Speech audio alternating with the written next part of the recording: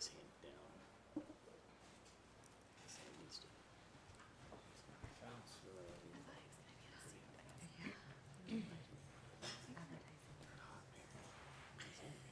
I know. And you're gonna have the girls from the BT calling. I'm pretty sure they only hire former snipers.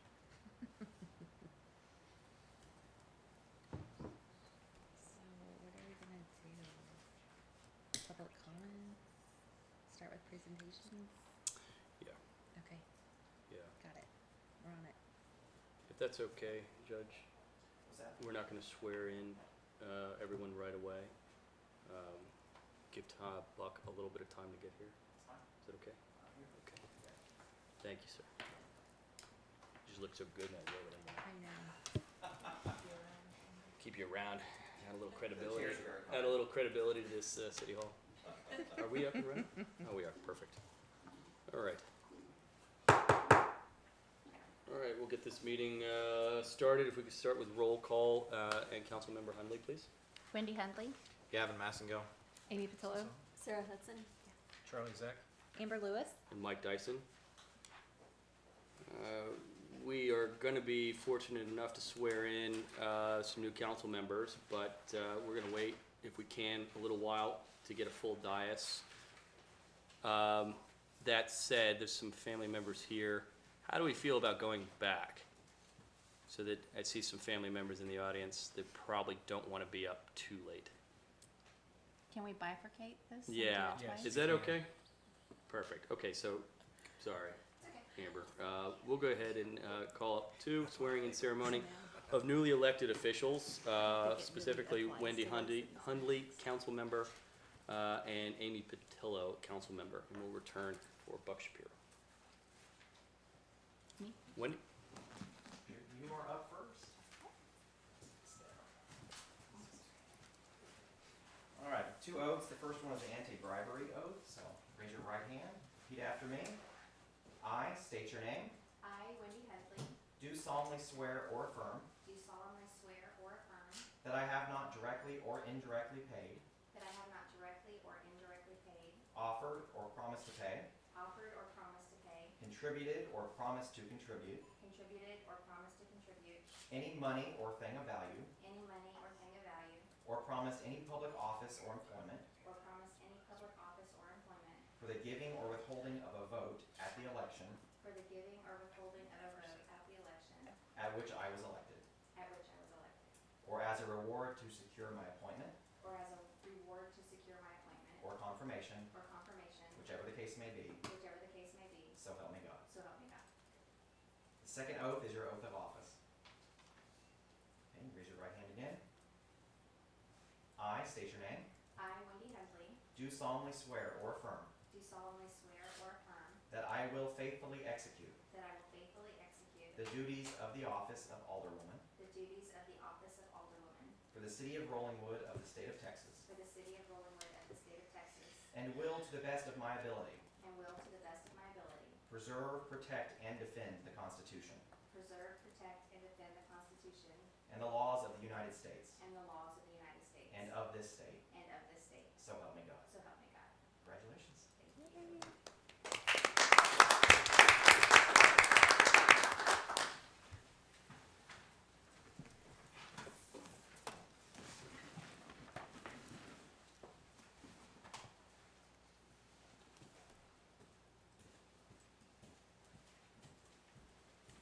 got this memorized. First, the anti-bribery oath. Raise your right hand. Repeat after me. I state your name. I, Amy Patillo, Do solemnly swear or affirm do solemnly swear or affirm that I have not directly or indirectly paid, that I have not directly or indirectly paid, offered, promised to pay, offered, promised to pay, contributed or promised to contribute contributed, or promised to contribute any money or thing of value, any money or thing of value, or promised any public office or employment or promised any public office or employment for the giving or withholding of a vote for the giving or withholding of a vote at the election at which I was elected, at the election at which I was elected, or as a reward to secure my appointment or confirmation, or as a reward to secure my appointment or confirmation, whichever the case may be. whichever the case may be. So help me God. So help me God. Second oath will be your oath of office. state your name, I, Amy Patillo, do solemnly swear or affirm do solemnly swear or affirm that I will faithfully execute the duties of the office of Alderwoman that I will faithfully execute the duties of the office of Alderwoman for the city of Rollingwood of the state of Texas, for the city of Rollingwood for the state of Texas, and will, to the best of my ability, and will to the best of my ability preserve, protect, and defend the Constitution preserve, protect, and defend the Constitution and laws of the United States and laws of the United States and of this state. and of this state. So help me God. So help me God. Congratulations. Yay! Okay, we're gonna have a brief recess, just in case any of the council members wanted to memorialize the moment with their families. This is a little late for my family, apparently. That's no problem. And then, of course, we have some sandwiches and cupcakes. Feel free to indulge. Partake. Not just any cupcake, a buntini. Ooh, Oh, is it a? bunt, anything- sorry, It's a cake? bun- bunt cake, Bunt cake. fantastic. I'll be your family. My, my You'll feed me. former neighbor owns 2 of those franchises, yeah. Oh, yeah. There's one It's, here in really it's not good to have a neighbor that owns those franchises. This one. Not good to have a Oh, neighbor 'cause that they owns, they bring them home all the time. Oh, that's sweet. Yeah, no, this, so, So this sweet. actually says that the answer of Robert statement must be executed and filed with the office of the Secretary of State before taking it into office. Well, it was. Was it filed with the Secretary of State? It's been filed now. Consider it filed. Consider it filed.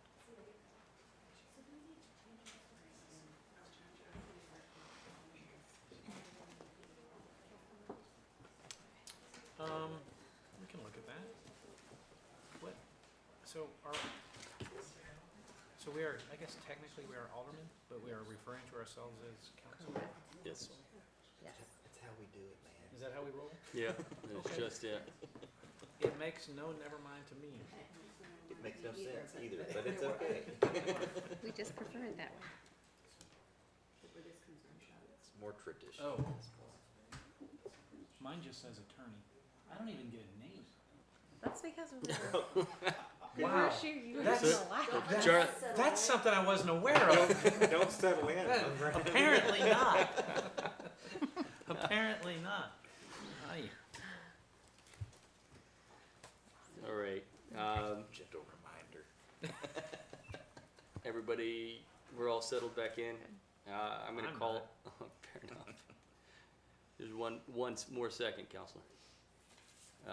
I'm gonna call this meeting back to order at 7:10, and I am prompted to start back with a roll call. Wendy Huntley, Gavin Massingo. Amy Patillo. Sarah Hudson, Charlie Zach. Amber Lewis. And Mike Dyson. And we're gonna call up item 5, nomination and election of the mayor pro tempore for a term of 1 year and to perform the duties of the mayor in the event of the mayor's failure, inability, or refusal to act. I nominate Gavin Massengill for the position of Mayor Pro Tem for a term of 1 year. Second. A motion and a second. Discussion, council? All in favor? Aye. Opposed? Abstain. Thank you. Thanks for stepping up, Gavin. Number 6, nomination and election of council members, which may be the mayor, to serve as council liaisons for police and courts, utilities, streets and roadways, park and planning, personnel, and budget. I think we haven't changed much on the dais. Assuming that everything is running pretty smoothly from the council members' perspective, I would offer to keep the current configuration with liaisons as is, with one alteration. I would offer that Buck Shapiro serve as a co-liaison with Amy Patillo to police and courts. And the concept there being that on a number of occasions, Councilmember Shapiro has demonstrated both a keen interest as well as some just really thoughtful ideas on really how to advance our police department and also our court system. I would appreciate that co-liaisoning. Perfect. 2 heads, right? Better than 1? arguably. Do we need to make a motion on that then?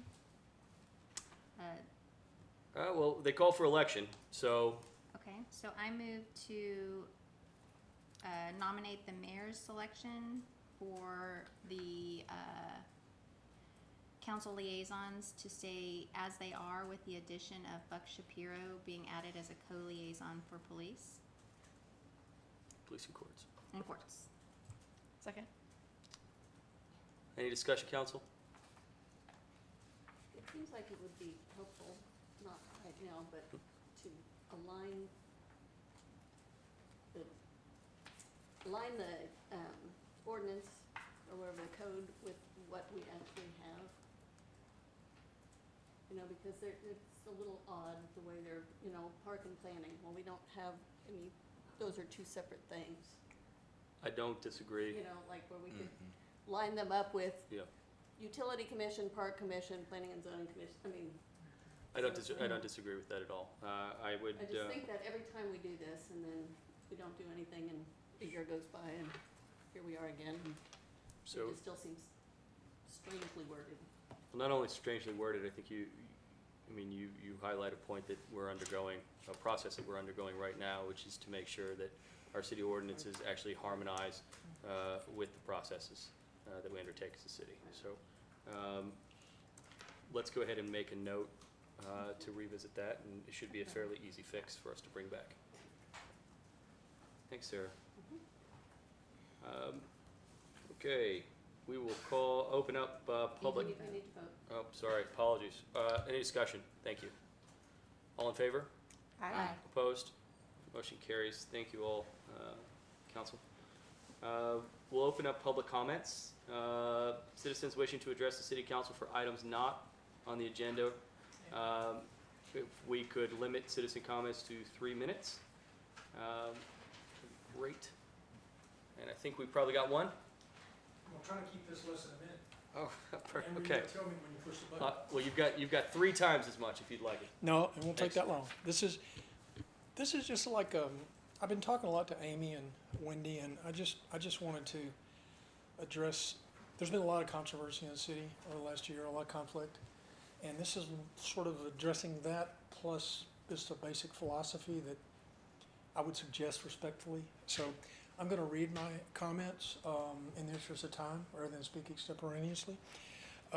Humans have evolved over the past 3 million years or so. Homo sapiens, all of us, evolved about 200,000 years ago in East Africa, migrated across the globe, and finally crossed the Bering Strait into North America 10 or 15,000 years ago. The gray wolf, Canis lupus, was first domesticated approximately 15,000 years ago, became the dog. Animals such as aurochs, the progenitors of cattle, boars, sheep, and goats, were domesticated about 11,000 years ago. Until about 100 years ago, the majority of the human population was rural and living in close proximity to domesticated animals, often in order to avoid predation of their domestic stock by wild animals or other humans living in the same structure with those animals.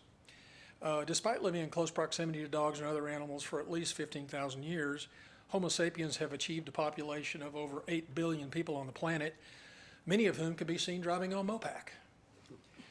Living with animals doesn't seem to have done much harm. As each of you go forward with your deliberations, be they in public or in executive session, I respectfully encourage you to rely upon healthy skepticism, scientific data, or empiric evidence, rather than upon what I like to call opinions unencumbered by data. Finally, as you deliberate, anytime one of your options is to do nothing, please choose that path. It almost never hurts to wait and collect more data. And in closing, I would like to thank all of you for your service to the city and for having the patience to do this. I don't have it. I'm glad y'all do. Thank you. Thank you very much. Thank you. We don't have anyone else signed up for public comment, but if there's anybody else that would like to, great opportunity. In that case, we will close public comment at 7:18. and open up with presentations.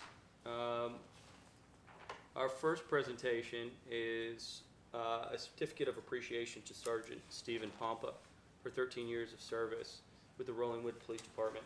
Unfortunately, Sergeant Pompa couldn't join us this evening due to his schedule.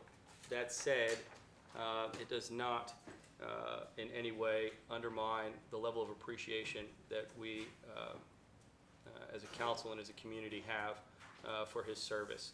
13 years is a heck of a long time to put into anything, let alone quite literally putting your life on the line for the safety of others. I'm sure I am far from being alone in a very high level of appreciation, and just wish Stephen all the best of luck in his future endeavors and the rest of his career.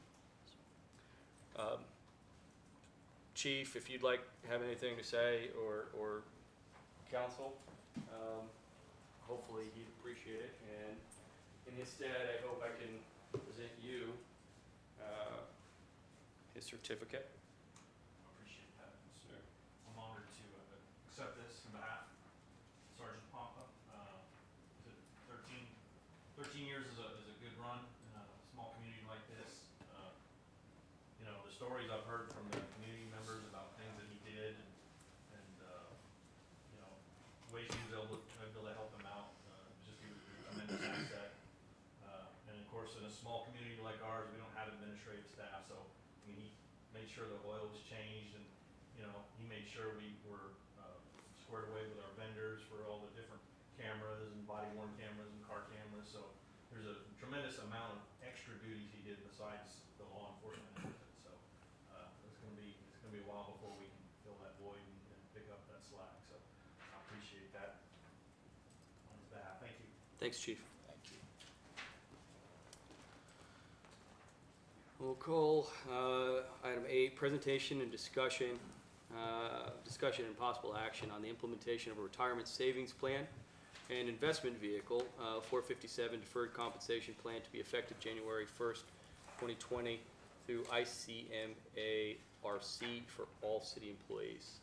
All right, thanks for having me. My name's Sally Harbeth. I'm a retirement plan specialist for ICMARC, and we're a nonprofit investment firm. I'm a salaried representative, so we're not on commission or anything like that. And my job is really to educate and assist the employees of the city in learning what the 457 plan is and how it can help them. My job also is to implement the plan and assist the administration with setting that up. So a couple of things that we do, we provide the standard plan document, standard fund lineup, so you all do not have to vet the different funds or do a lot of oversight on the different funds. We do all of that for you. We maintain those plan documents through the IRS. Any kind of regulational changes, we let you know, and we keep the plan document in order. We also send out any investment disclosure statements that need to be done. We handle all that. We can do committee meetings and any planned government's participation. We will have resources for fiduciary education, and we do all the plan service reports, so just helping you monitor all that activity. And so I'll keep it short and sweet tonight. If you haven't heard of a 457 plan, it's pretty much the equivalent of a 401k in the private sector. So the 457 is essentially just for governmental employees, which is all we do. We just help city and county governments, and so that's pretty much our clients. The neat thing about the 457, the employees can elect their own funds, change their contributions, make contributions anytime that they want. So there's a lot of flexibility in that. But I think one of the best things is to highlight the access to their money. Whenever they separate service from the city, that's when they have access to the funds in their 457. So there's never any kind of 10% penalty tax as there is with an IRA or a 401k or some of the other alphabet soup out there that the IRS likes to call. So just, you know, it's very flexible, and it's meant for those types of employees that do retire earlier than that, like some of our police folks and things like that. So, are there any questions that I can answer that you might have? What does your fiduciary education entail?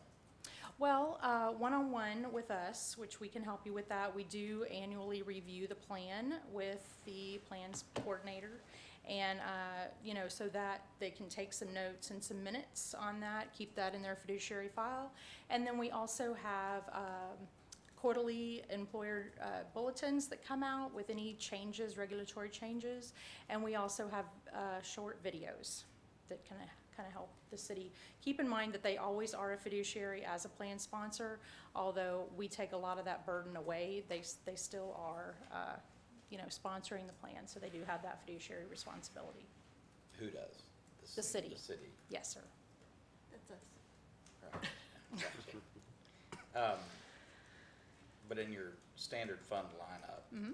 you choose those under a Yes. fiduciary standard, not a suitability standard? Exactly. So we are vetting the firms, you know, we're going out and making sure everyone's doing their job, looking at the different funds, making sure they're performing as they should. And so you do not have to handle an investment policy statement on your own, since you're using our standard fund lineup. And so none of the funds in your standard lineup have any 12B1 fees or anything like that associated?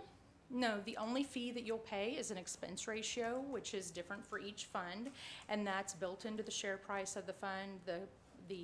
Every mutual fund out there has an expense ratio. And so the nice thing about ICMARC is they actually do not require any math to be done on the part of the employee, which is pretty unusual these days. Usually with other firms, you've got to hunt and find, you know, the prospectus, annual fee disclosure, places like that to find the different fees, add them up, and then subtract those from your gross returns, right, to figure out what you actually made. We provide all of that for you. So the expense ratio is the plan administration charge and everything all added into one, and then the returns that are shown in the next column are net those expenses. So no math is required, which is really nice and really unusual these days. And can you provide us a listing of your standard fund lineups? Sure, absolutely. Who custody it? Do you? So we Who have custodies? our own funds, and so we, as part of the standard lineup, are some of our funds in there, but we also have outside funds like MFS, Fidelity, Vanguard, you know, so we do have. And then also to further diversify, even with our own funds, say sometimes 80% of that may be hired out to other money managers with other firms to actually manage our funds for us. So there is a lot of diversification on the management of the funds. But there's no 12B1 No, sir. relationship between your fund manager and you? That's correct. Okay. We do not have 12B1 fees. Good question, though. Been burned. Most people, most people are paying those and they have no idea what they are, so. Glad you know to ask that, though. Thank you. So is there a I participant, suggest you all ask that of your managers. Yes, you should. is there a participant fee that assessed to the city? There is not. This does not cost the city anything. All the fund expenses, any kind of plan administration expense is passed on to the participant. And the basic for a startup plan would be 55 basis points for the plan administration, which is extremely competitive in this environment, so. So just for the sake of context, What's your net? So it's 55 bips For the plan administration administration. alone, that's the record keeping and all that. And then on average, Maybe Because you're- another 55 bips or so for the fund expense ratio. But we add all that together so Yeah, they so you see net that. the expense column. okay. just for the sake of context, council, this was a concept that was brought in by Chief Brady in furtherance of what we've been endeavoring to do, not just bring the best and brightest to help us in the city, but also give them all the opportunity to stay. So really updating the way we approach retention with our city staff, and this, at the end of the day, just kind of seems pretty smart for us to do at no cost to the city and providing optionality for our city employees. Are most of your funds in your line of I'm working institutional hard. class for the most part? Some are. I mean, again, the expense ratios as a whole hang around 1.3, all in, All in? yes. Okay. So very competitive, for sure. For this size of plan, very competitive.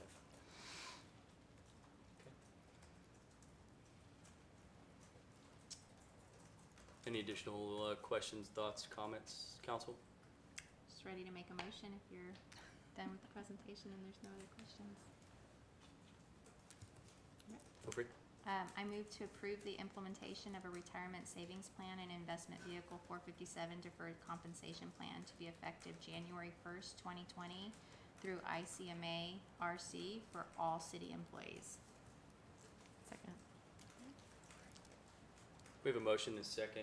Any discussion, council? How long is the relationship? I mean, is it a yearly? I mean, if we sign up with you, do we revisit this on a yearly basis? No, I mean, essentially, we would this is probably put in a 3-year contract, and then either party has 30 days to, 30 days. you're never stuck. But you'll be happy. Sounds like it. So. All in favor? Aye. Opposed? Motion carries. Thank you, Ms. Warbath. All right, thank you. Appreciate it. I'll call you. Okay. Right. Thanks, Chief and Amber, for getting that together. Item 9, discussion on the quarterly investment report. I'll also call up discussion on the budget review for the fourth quarter. Abel, if you wouldn't mind walking us through. First of all, my apologies to City Council. I should have done this last council meeting. Regarding the quarterly investment report, right now the city has about approximately $531,000 invested with Texpool. That's the only place where the city has invested its funds. The yield with Texpool has gone down about 20 basis points from the last quarter to the fourth quarter. In terms of how much interest that impacted, interest went down about $170 less that was received in the fourth quarter compared to the third quarter. What was the third quarter? The third quarter was, let me see, 2.4005%, and I'm sorry, 2.3812%, and the fourth quarter at the end of September was 2.1635.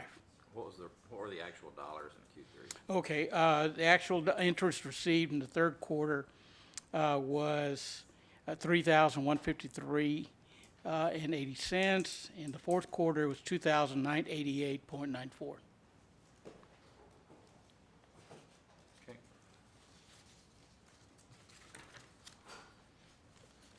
Any questions? Okay. Regarding the budget review for the fourth quarter, some of the highlights, the city did a good job in estimating property taxes as far as estimated revenue is concerned.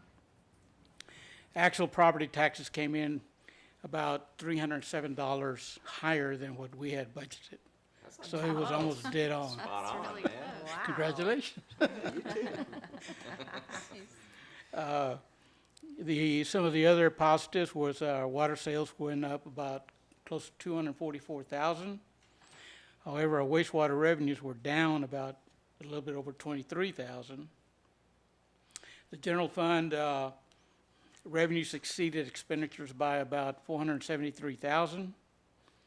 The water fund revenues exceeded expenditures by about 390,000.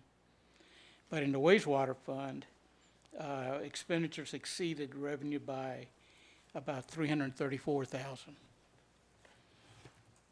So we'll see if that trend continues. Well, I have a question about the water fund. So I know that we had the what was it, like $250,000 come in from Endeavor, right, for their hookup? Correct. Yes. And then part of that went to pay an expense related to the All of it hookup. went, right? Some of it goes to pay to Austin Water for their Okay. capital recovery fees, and I think it was probably roughly half of that. Yes. Mm-hmm. That 244. Okay. So would it be fair to say that there's probably about 125 of that revenue that was from that hookup fee? Yes, ma'am. Okay. After expenses. And September may not have reflected the water sales that went up during that month. Oh, okay. That would have been reflected in the subsequent month. Those are some of the highlights, like I said, as far as the budget is concerned. And also, these numbers are, do not reflect any audited adjustments. They're currently being worked on right now by the auditor, so that may impact some of these dollars from an accounting point of view. This is more or less cash basis. Yeah, I wondered about that because I noticed that for our budget report for September, that on water and wastewater, that we see that the revenue is counted as coming in, but none of the payments that Right. we are shown. Yeah, they're going to be working on accounts payable, by that I mean expenditures they're going to be charging to the month of September. Okay. That's all that I have. Very good. Thanks, Abel. Yes, sir. Anything else, council, on those items? Call up item 11, a report from AWR regarding high water bills, air in the water lines, potential air in the water lines, electronic meters, feasibility test, and strategy to decommission abandoned water lines. Al? Good evening, Mayor and members of the City Council. It's nice to see you again. Brad and I are here this evening to talk to you about 2 or 3 different things. Some are more exciting than others. I guess the first issue is the issue that there's a concern about having excessive air in the water lines themselves, and it might be affecting the water meters. So we have spoken to 2 different meter representatives, both of which have been in the business 20 or 25 years. They say it's possible for that to happen. If there's enough air in the lines, it could cause that meter to move forward and so forth. They've not seen it before. And one other thing that I would say to you is, as air collects in the higher levels of or higher elevations of the system. So those homes that would be in those areas, even though that air might have passed through meters in the lower section, that air would accumulate in the upper sections. And you would see it in the homes when they open their faucet and so forth. You know what happens when you turn your water off and you turn it back on.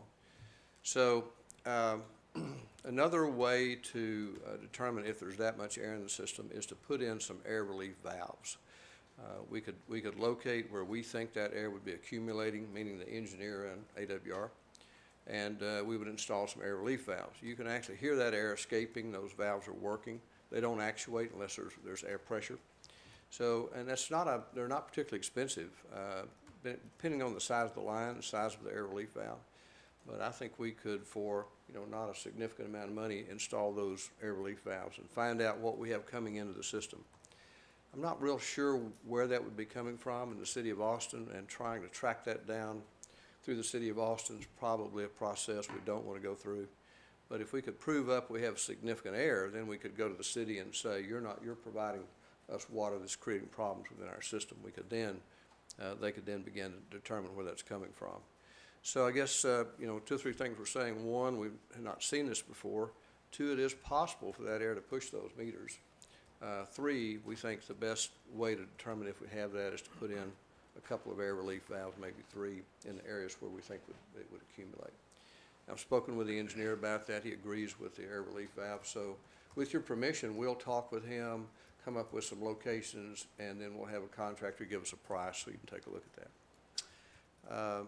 The second item to talk about is a lot more exciting, and that is the electronic metering. We have been watching, Brett and I have been watching the progression of these meters over about the last 10 years. They were expensive 10 years ago. The technology first began to be drive-by units or touch units where you could get a reading from those meters.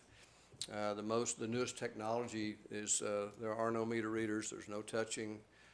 This information actually flows from the meter into cloud via the cell system.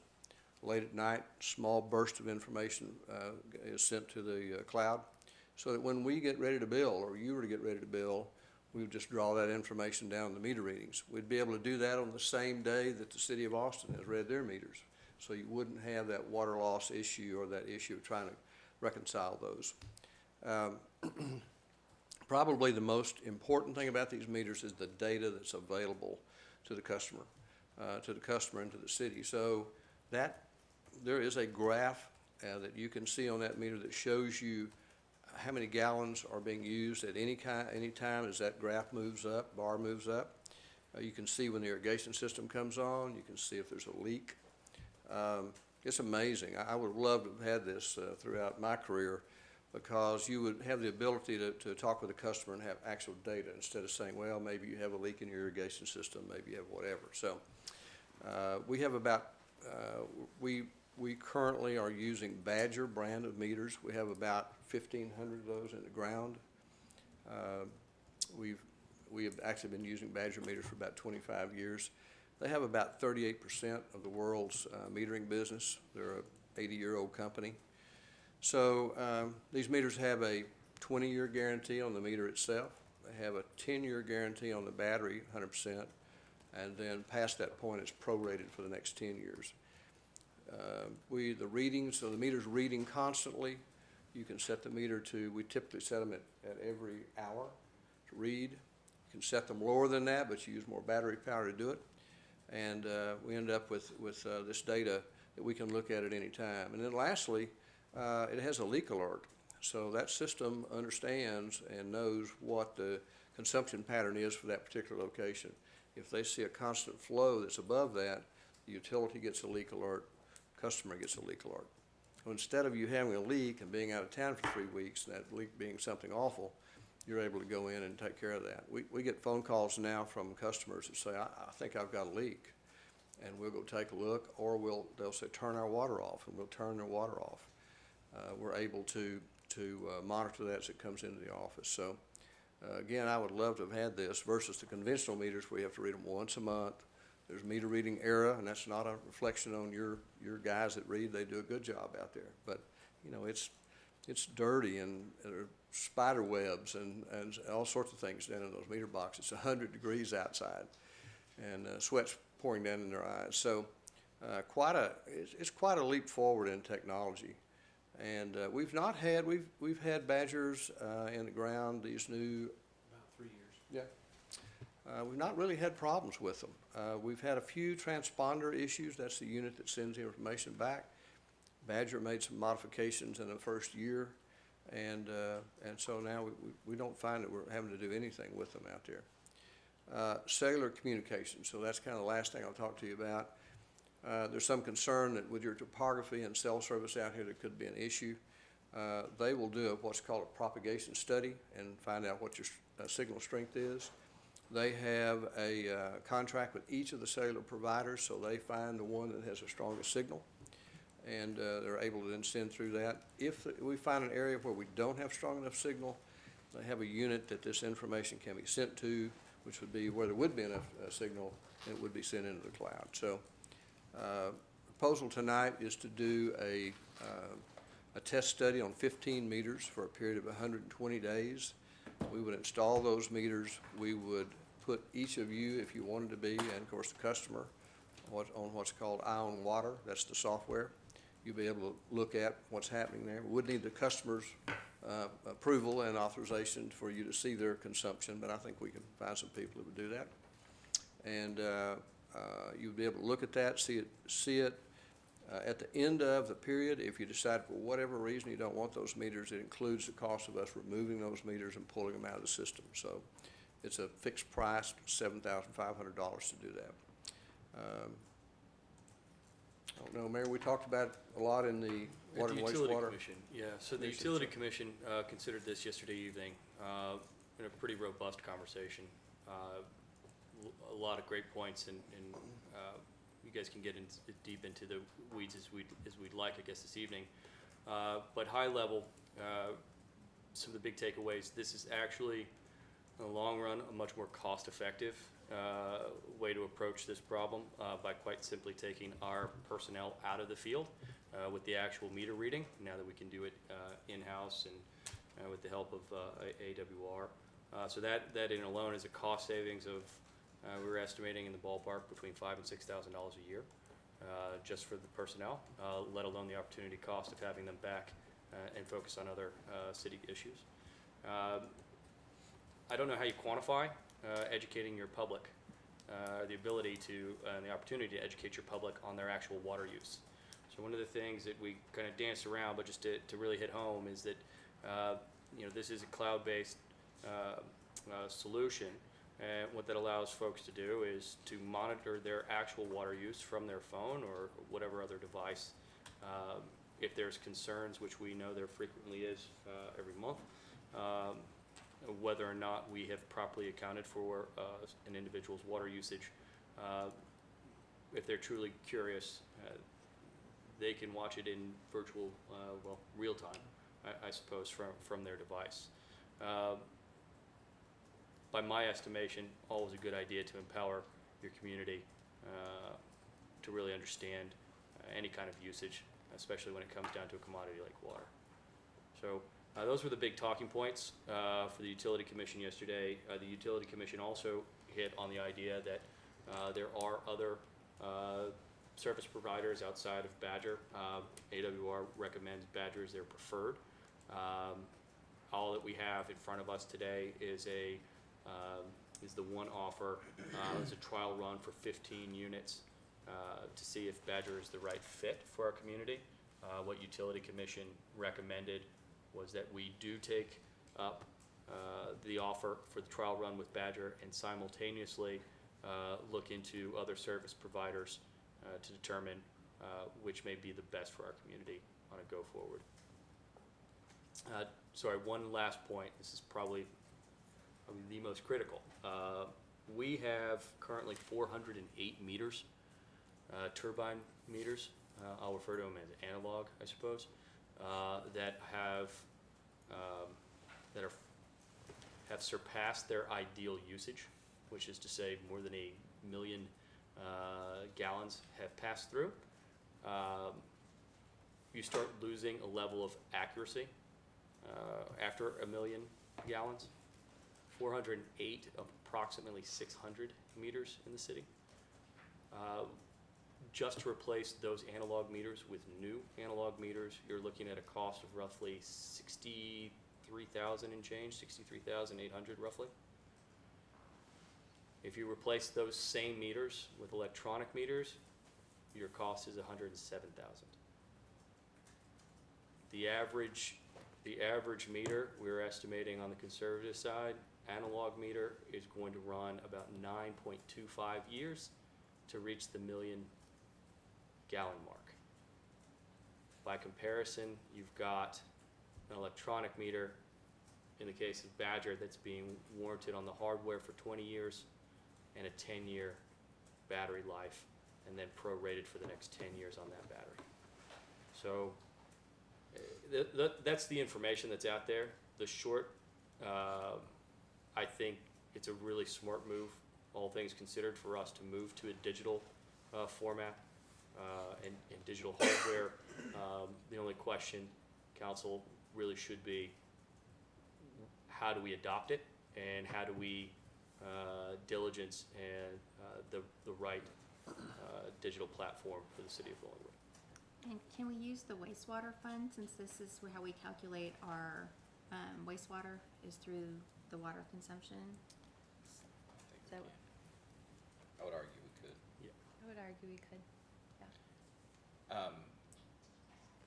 So if the hardware is warranted for 20 years and the battery for 10, I assume the battery can be changed out Yes, sir. at 10. They're modular components, so the meter itself is guaranteed accurate for 20 years, no flow limit. It has no moving parts, at least this particular one that we'd be putting in your system called a Badger E-Series. The cellular transponder literally plugs in with a special type of connector, and so if the transponder fails, or we've also seen transponders where a landscaping company has taken the transponder out when they've done some landscaping work or something like that, you can replace it. So it's fairly easy. What's the replacement cost on the transponder? Well, it depends on the warranty. If you were to buy one new individually, we could get you an individual price on what one would be, but typically the way that we've done it is the ones where we have had some issues, like in our initial ones that we put in the ground that weren't, this was right at the cusp of when LTE was really rolling out in the cellular networks. Their original transponders were not LTE capable, and those didn't have as great signal and didn't submit the data as regularly as they should because they couldn't get on the LTE tower. So when they replaced those for us, which they did under warranty at no cost to our clients, we sent them all to their RMA facility in San Marcos. They replaced them at no cost and shipped us brand new LTE endpoints with a full 20-year warranty. What's the, if we were to buy the meter outright, what would be the cost outright? Yeah, a little below $500 a meter, round numbers. And then under a lease purchase arrangement, what would the total end up being? You know, I haven't run that. We do have lease purchase available, and that's probably what you'd want to do. I think you really have two options. One would be you would begin to replace your meters as this group of meters that have exceeded 1 million gallons, put those in electronic, and then as other meters get past that, keep adding electronic to it. But most of the utilities we've dealt with have done a lease purchase, and they're on about a 10-year period. And so that way the cost to you each year is not a great deal. There's no money up front. And if we go that route, I'd be interested in what the final cost would be in a lease purchase versus. yeah, we can certainly provide that to you. And I realize you're fronting the money, so. Right. There would be. Right, sure. I get it. Sure. But I would like to know. Well, we think you're good credit. We're not worried about that. We're not worried about that. I'm less worried about our credit. Right. I'd rather pay as we go if we can, but Sure. Definitely. Sure. Depending on what they're gonna hit us with. depending on what. Yeah. And just to add one comment, that just below $500 number includes your meter and your transponder. So that's kind of the whole kit that connects you up to the system.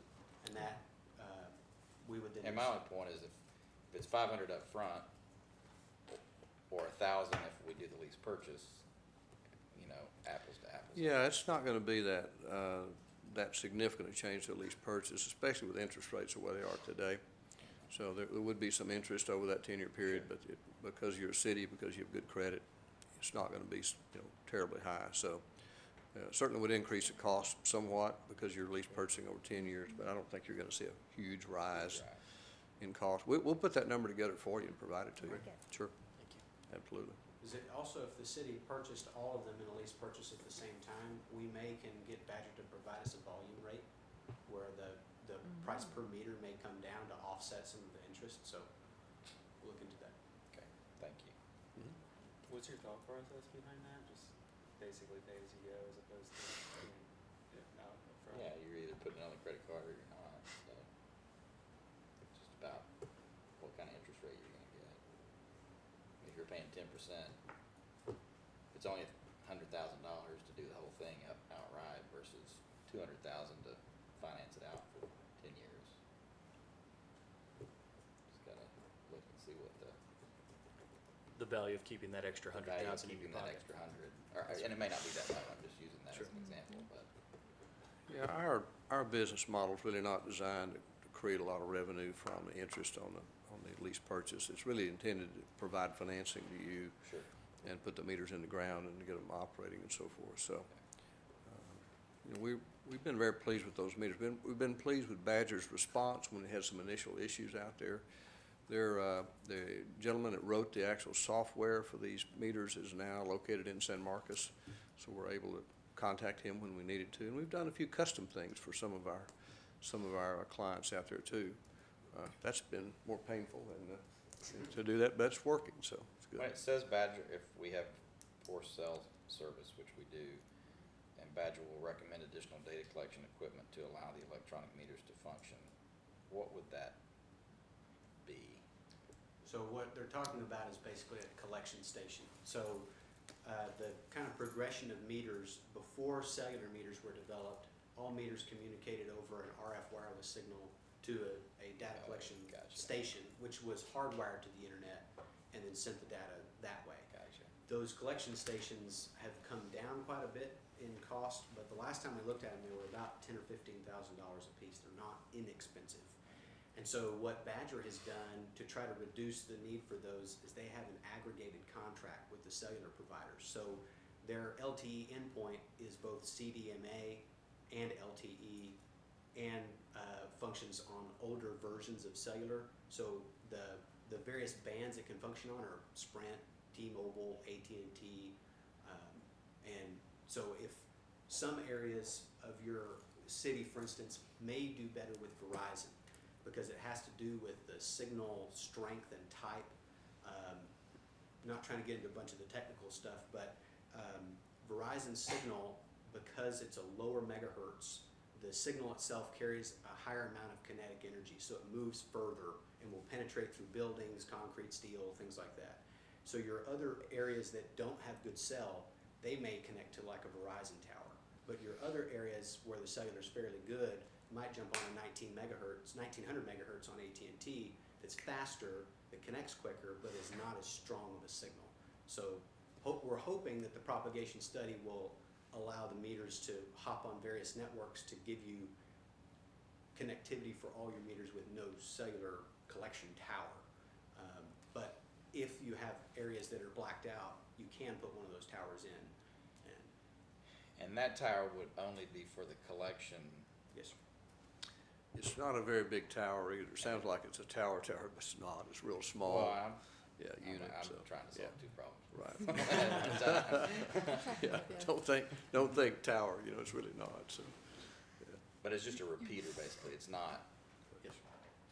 It's not an actual tower. Right. It's so basically. I'm not freaked what's out by the happening- tower. I'm trying to figure out how to increase our cell service in the Right. neighborhood at the same time, Sure. and use wastewater funds to do it. But Right, because if they identify a place if you've identified a place that's a blackout space, which like my street would have multiple of them, and there was a way to solve the problem of how to provide consistent cell service and do this, that would be fantastic. But Well, AT&T and I don't think. I will tell you, AT&T so is- far, we have not had to install one of those units. We've been able to use the cell service that was out there. And we have a couple of clients, the topography is very hilly and so forth. We expected to have to put some in, but we have not I mean, had it's to. probably more like a text. I mean, we have terrible service here, Yes, sir. but we can still text out. So it's my guess is that you're not needing much. No, you're not You're needing Not that. exactly right. Yeah. Because a phone call requires way Way more more. bandwidth. Can you tell that Brett came to us from Apple? So he speaks the lingo. We might have a side gig for you. Yeah. But I think, you should give it a try. It's not a significant expense. The technology is way beyond where we are now and what we're doing. You get a chance to look at it, and if you don't like it, we'll pull it out. You can do anything that you want to do. There's no obligation at the end of it, so. So for the sake of time, we are gonna call up, item 12 and allow you guys to take up action on this. The one thing that we haven't discussed yet is the strategy to decommission some of our abandoned water lines. If you had some feedback there, that'd be. Yeah, I'd be glad to talk to you about that. You have a number of abandoned water lines out here where you've installed new lines. They're on people, what they think is their property, and easements, there's landscaping, there's all kinds of things. There's other utilities in the way. AWR is really a repair company. When Chief and I were just talking earlier, he said, "Are you the guy I call when I have a really big problem?" And I said, "You're talking to the man, and here's my card. You can call Brett or I on cell, or you can call our answering service." And we respond and we fix that problem, and then we move on. You have enough work that the engineer's putting together an RFP to identify all of those locations where these are and have a contractor come in and do that work. That's the cheapest way to do it. They'll be set up to do it. They'll have the men to do it then, and maybe ladies. And they will move from one location to the next with the right equipment and make that happen. They'll get locates. They'll call one call and they'll get locates out there. The issue is some of the smaller connections for these systems out here, meaning internet and so forth, they're probably gonna cut a lot of that stuff. They're just not gonna know it's there. It's easily fixed, but at the same time, just to forewarn you, when you move into this and really go at it, they're gonna run into some things out there. And in some cases, the locate won't be correct. The main portion of that line will not be where it says, and the contractor will tell you he's not responsible for that. But that's kind of a small issue as far as what the contractor would be doing. A contractor could move in and knock all of that out in, 3 weeks probably. And so we think that's what we'd recommend to you. We don't like to pass up work, and we'd be glad to have the work, but I really think they can do it. A contractor dedicated to that process with the right equipment, move in and make all that happen.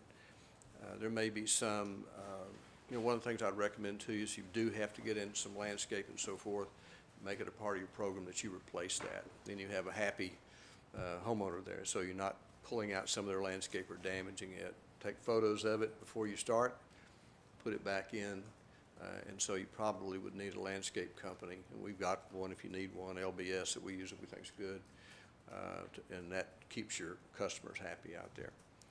Certainly you'd want to talk with them and say, we're going to need to go through here to do this, and if so, get their permission and so forth. So there's some coordination involved in that, but bottom line, that's the best way to go about that project, Mayor, in my opinion, and the least expensive way to do it.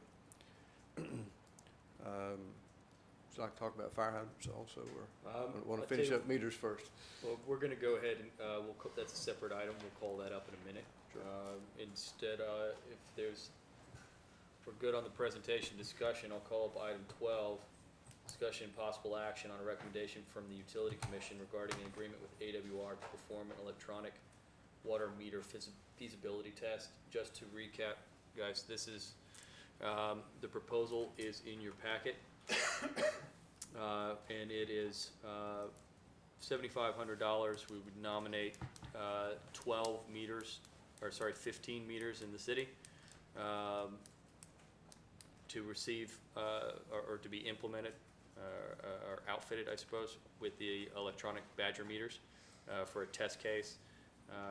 As AWR has let us know, there's a possibility that we'd be able individually to understand and witness the dashboard in real time. I know the Utility Commission was both excited about this test as well as interested in checking out the market as a whole. A straw poll in that meeting had a pretty close to all of the Utility Commission volunteering their homes for the test case. So, But not during not during metering. winter averaging. Winter averaging, rather. Yeah, that's a good point. So 'Cause these new meters are much more accurate, so their bill might go up if you track them in the winter. which is another key thing. So we didn't necessarily discuss the level of accuracy in analog versus digital. Safe to say that digital is higher. One thing that it's not a pure replacement of manpower on cost. So we're dropping cost out of this with regards to having our public works in the field actually doing the meter reading. But you are adding a little bit, they're clawing some of that back with monthly software charges. Is it true that we can also start and stop service, so we don't have to send somebody out to turn the water off and turn it on? Well, it's interesting you mentioned that. The initial meters would not do that, but they told us they were going to have that in the near future. They do have it now. Okay. You can turn the water off, you can turn it back on, you can also limit flow. There's some questions about whether you want to do some of that or not, but yeah, you could do turn on and turn off. With the type And I of don't meter know if y'all. this, Just to clarify, the meters in the proposal are your standard E-Series meters. What Hal's talking about, and kind of what you're referring to, is a next gen they've come out with. It's the E-Series and an attached battery-operated solenoid valve, which is a shut-off valve that can be actuated remotely. We can get you some pricing on those, and if you ended up wanting to test some of those, we probably could. They've been in production about 12 months, maybe a little less. So they're a little hard to get a hold of, but we certainly could get some and talk to you about them if What do you you want. think the price difference would be on them? Do you have any ballpark? I really don't know. Yeah. I would think probably a couple $100 more, only because it's more than just a little ball valve in there. They've actually got to have a mechanism in there, plus a battery operated unit that then talks with the rest of the meter to function, so. Can they be retrofitted though? I can find out. Just find out if they can be retrofitted. Will do. Yeah, you know, in this test package, you might want to just go with the standard meters, less expensive. Right. And then we'll get you a price for these that have additional capability to them. And we don't have any of those in the ground yet. We'd like to put some in the ground before we recommend them to our clients out here, so, but. They're not if- gonna work. They've Will you only throw been up one for a into month. this test package? I'd wait a while, but I'm sorry? Will you throw one into this test package? We'll try, sure, sure, So we absolutely. get 16 Yeah, meters? Yeah, and I think they'll do that. could we amend the contract to say that? Yeah, we'll see how well it no, works they're and just so gonna throw forth. it in. You know. Just throw Yeah, it in? yeah. Which one of your homes do you want it on? On Wendy's. Mike's. Because he doesn't take it. The question is, how soon do you want to shut it off if the bill's not paid? Yeah, that's right, yeah. Immediately. So Amber, I think When the plan was to try to put these meters where we're having high consumption. We will identify those customers and put those meters in at those locations. The dispersion I saw was scattered around the city, so we would disperse those. Typically, we put them in the council members or board members' locations at But their they're- homes. but their But in this cells- case, we might want to disperse those. The cell service study though is part of the package, right? Yeah, so there's It'll actually be done first. That's what I was gonna Before- say. Before any of the It's meters. fine to spread them out, but you need to make sure and put them in some places. Yeah, that's exactly right. We kind of have it, as Amber and the mayor had mentioned, they kind of have an idea of where they'd like to put them. I think we'll see the results of the propagation study to see if those are feasible test locations. Okay. Yeah, we'll make sure you see that. You'll be able to see that study and see what it looks like, so be good. Because what I would have a problem with is we go through this study and then we haven't looked at those areas and then we Mhm. pull the trigger on doing the whole thing and then say, oh, whoops, you gotta do Right. three of Right. these cell repeater things at 50,000 Yeah, and Badger doesn't pop. want to do that either. They want to catch those areas up front and let you know what you have, and you can make decisions based on that. So, once you do that study, you'll have a pretty good idea what your cell service looks like.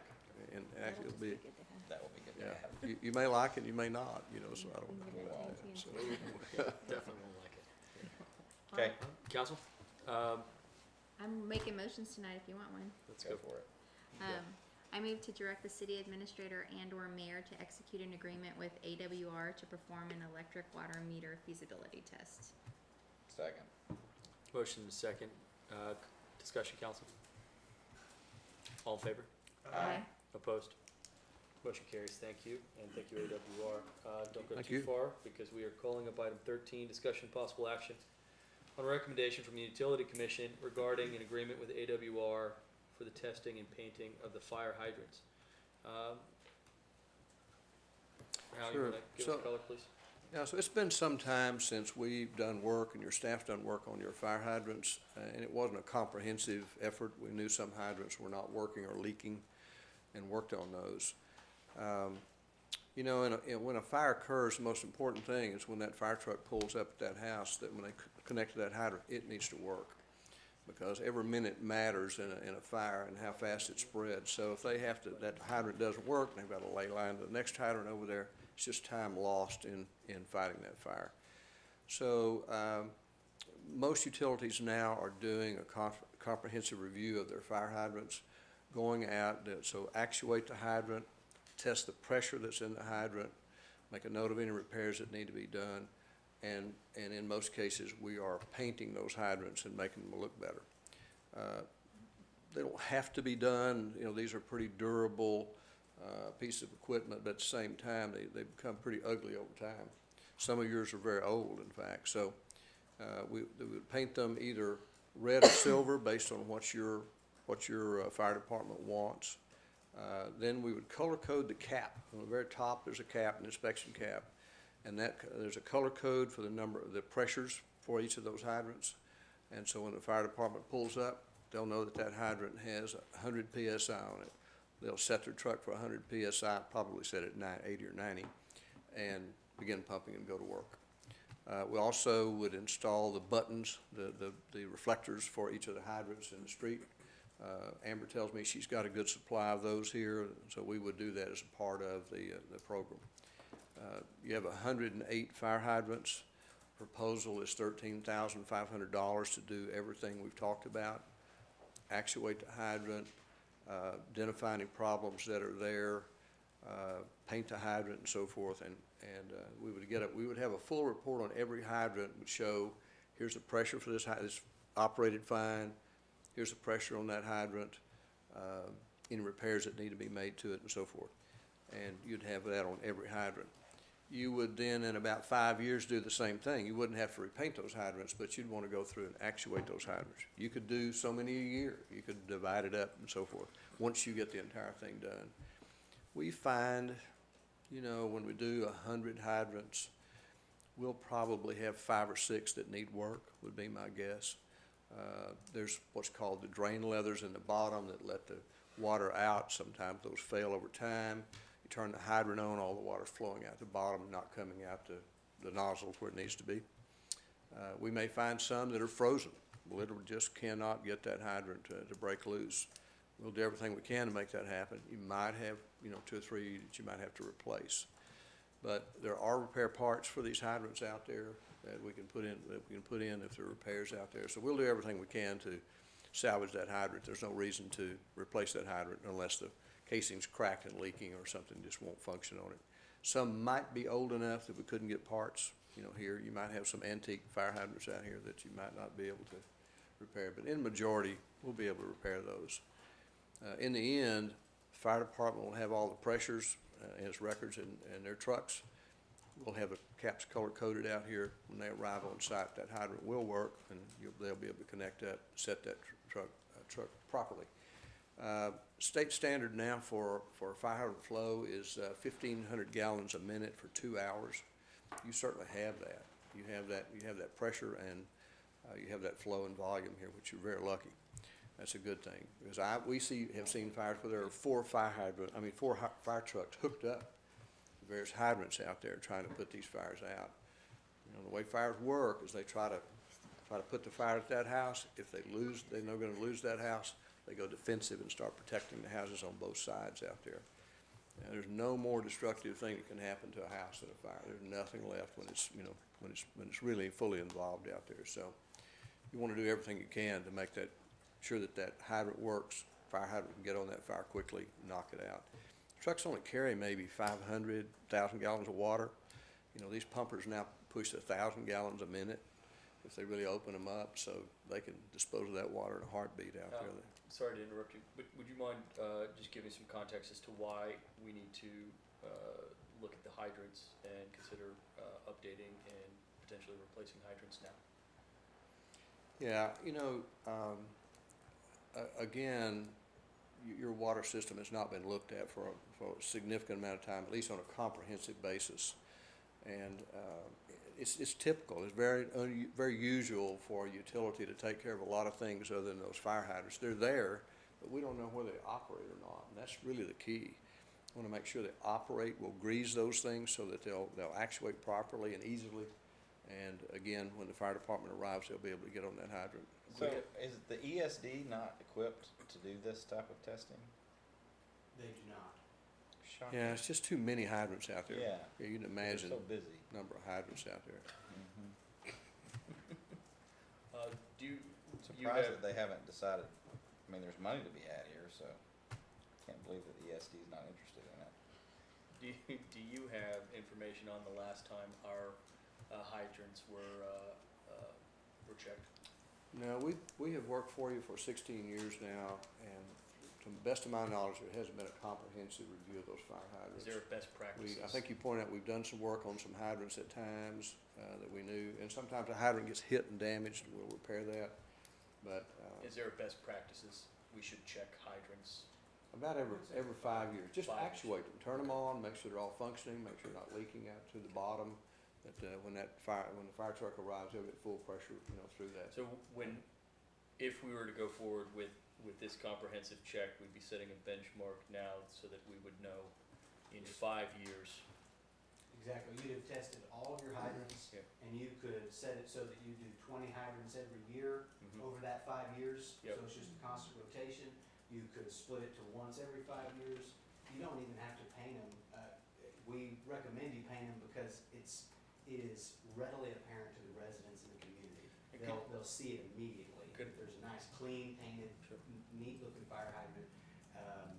You'll also have the comfort of knowing that all the gentrification and development that's happening in Rollingwood, We don't have all any these new gentrification. homes have We functioning have fire development. hydrants that you know are gonna be functional and are gonna provide, some fire protection in case residents are in trouble, so, that's the real driver for us is, you have some very nice homes being built in Sure. Rollingwood, and as Hal and I were looking at the system and talking with Amber about what we could do to help the city, thought, man, fire protection's a big one. That's fair. What I would ask is if council does see the wisdom in moving forward with this, that your information that comes to the city not be sent in a static format, right? If you guys, by what I mean by that is, send us something that we can manipulate on our side, the data, Sure. right, in a usable format, so it's not, here's a copy of PDF kind of thing. You bet. Yeah, we typically way send it, we'll be you know, able to spreadsheet integrate it- format. we'll be able to integrate it easily into our system. Yes, sir. Yes, sir, it's usually in an Excel spreadsheet, Okay, and at least that's the way we've tracked them, and we're more than happy to provide that to you guys. perfect, thanks. So Amber, we fell into this project last year, if you recall, because we started down the rabbit hole of the fire hydrants. And Jackie Bob started testing some of them and had somebody start painting them, and that employee ended up leaving I And don't not know that finishing we ever the project. actually initiated it. I don't Okay. think it ever actually got off the ground. But I did touch base with LNB, and he thinks there may be some information from 2012 Mhm. about the testing and what our fire hydrants look like. So he's going to go look for us. Okay, that'd be good to have to see if that's a good baseline. I would add that there's probably some things I'd wanna amend to the contract if we did move forward with this. One of the deliverables I would like is just to have to be able to have a color-coded map that could be integrated with our water line map. And then the other thing that's missing on this is the reflective band on the hydrant, because they have the tab in the street, but they also have the reflective band, so if you paint it, you need to add that reflective band back. And then the color coding should come from the National Standard, Fire Protection Associate Standard 24. That's correct. So I'd want that just specified in the contract. And then any hydrant that was 250 gallons of water, that flowed less than 250 gallons would have to be painted black and only be used Right. for flushing purposes. And then the standard is that if it's a city-owned utility, that it's silver, and if it's private-owned, it's red, so they would all be silver for the painting. Yeah, and so if we find a hydrant that does not work, the first thing will happen is we'll put a black bag over it. The industry call them, bag that hydrant, and so it'll tell the fire department that hydrant's out of service, not to go there. But we'll bring to you a list of repairs, and we'll tell you about what it'll cost to fix those hydrants. And you will actually have an opportunity to approve or disapprove, that repair out there. But again, we typically don't find too many of them that we have to do major work on or replace. And so So, we had good luck. how did you get the number, the 108 of the number of hydrants? Engineer. The city engineer? Oh. Mhm. And does that include any of the private ones on the Endeavor property? Do we know? It probably does not, unless they're listed on your fire hydrant map. Do we have a fire hydrant map? I believe so. I believe they're indicated on our water system map. Okay. And Mhm. You have a utility system map that has fire hydrants and valves and so forth on it. I The assume chief the of police ESD has said one, that- right? Sorry? The ESD has one, right? We might not have the most up to date considering we just updated it. That but- would be part of this program, would be, once you go through and comprehensively test all these hydrants, color code them and so forth, you do that in coordination with your ESD, and then you provide them that documentation, color coding and everything, so that if they have to respond in your community, they know, within the last 5 years, how that hydrant functioned. No, and that's great, and we should do that. Is But there- does the ESD not reach out to us on an annual basis and ask us for that type of data? So part of the reason Wendy and I both know a little bit more about fire hydrants right now is because last summer there was the resident who was asking about people parking in front of his house and blocking the silver fire hydrant. And I responded very genuinely that I had been told that the silver fire hydrants were ones you could park in front of. Because I had been told that on multiple occasions. And so then it was kind of a funny guffaw that I found out actually you shouldn't park in front of silver fire hydrants as well. And that the silver indicates that it's owned by the city. Well, I have been told by different sources throughout the years. I'm admitting it. Because there's one right out in front of my house, and people have parked in front of it. Is for that our years. own thing, the silver? No, No, silver's so the standard silver color is- for a city So, owned utility. so red is private. So red is a privately owned fire hydrant. Silver is the And city Chief owned. Lacey said when they So see a there's- red fire hydrant, they are highly skeptical that it's gonna work because they're generally not maintained well or Or tested, if it's a Rollingwood one, unless it's enrolled.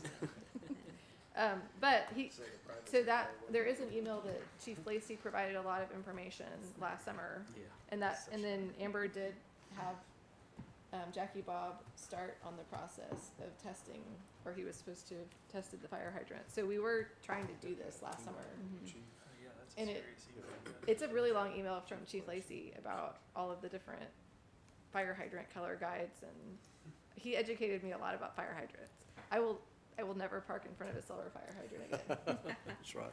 We have another client that had a terrible fire over in the Westlake area, and it's also part of the ESD, and Michael Lacey was the guy we met with on site to do the debrief and everything. He is a very knowledgeable, experienced guy. Yeah, he's He is an asset to the Westlake ESD. Excuse me. Okay, well, What's the tax rate for the ESD? 10 cents, probably. That's the highest they can go, right? Yeah, so it's probably that.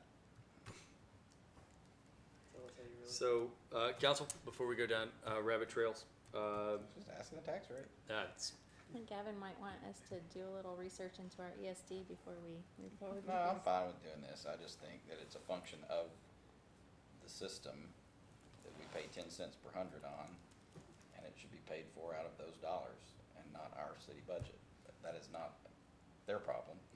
But, That doesn't pay for the system. hmm?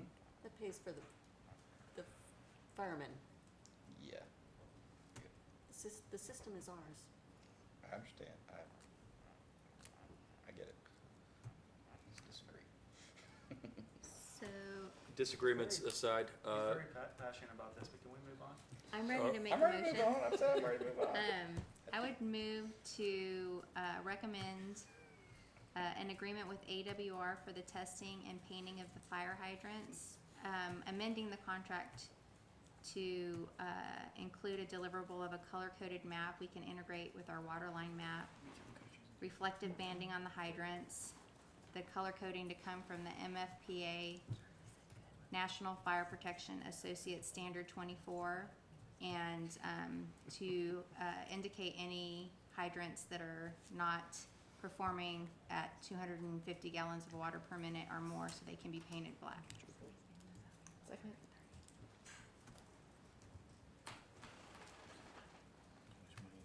we have a motion And a second. and a second. So do we Discussion. need to know what the change in price will be for the additional things being requested? There won't be a change in price. No change in price.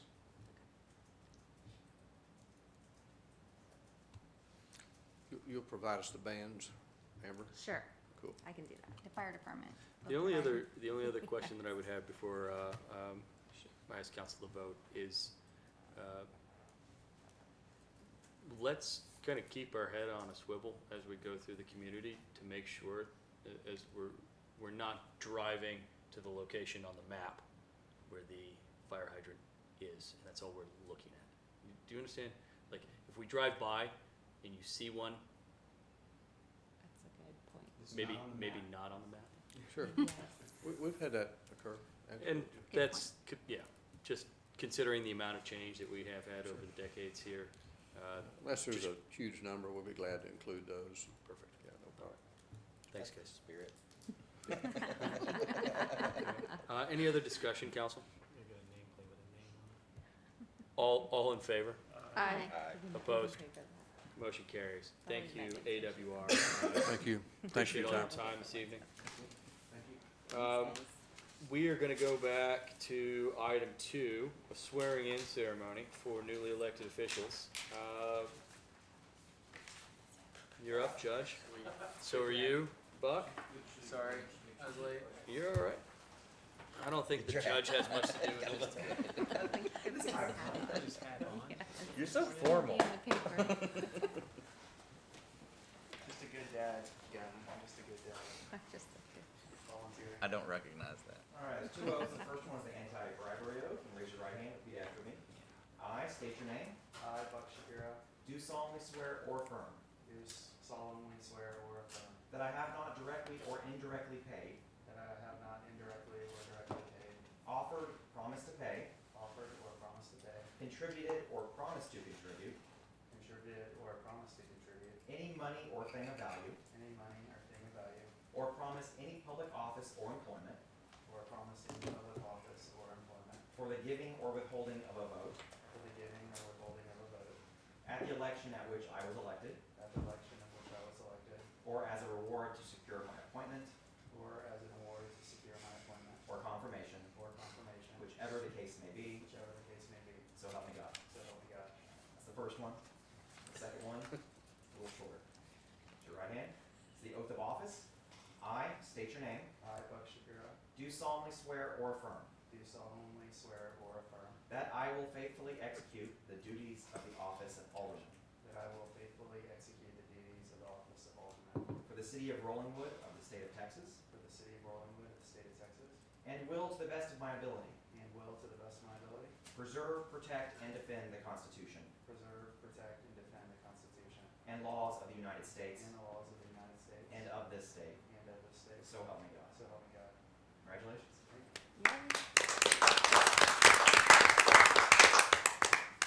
Thank you, Judge. Thank you. Was it the Russians or the Ukrainians that have us doing the anti-corruption? Both? It had to be there. Okay, 14, presentation, excuse me, and status update of the commercial corridor analysis from the retail coach. Unfortunately, Aaron Farmer wasn't able to join us this evening, so we'll go ahead and postpone the presentation. That said, council, please, at some point, draw your attention to the report. It's exceptionally robust. It's in your packet. And just as a reminder, this was a project undertaken by RCDC on council's approval. The idea to get a better understanding of the folks doing business in our community, with the ultimate goal of ideally starting to close the gap in disparity between revenue streams in our ad valorem, our property taxes versus our sales tax, and really how to help our community's businesses thrive along with the rest of our community. Pretty robust. There's a ton of information. Look forward to discussing at some point in the future. In the meantime, council, do you have any thoughts or comments? Looking forward to the presentation when he can come in, 'cause it looks like a lot of great information. I'd like to ask questions. Yeah, there's a ton. Yeah. I think they did a really good job. It's a lot of, more importantly, there's a lot of actionable information in here. Probably helpful, not the least of which, with the Planning and Zoning Commission as they undertake a comprehensive approach to zoning in the city.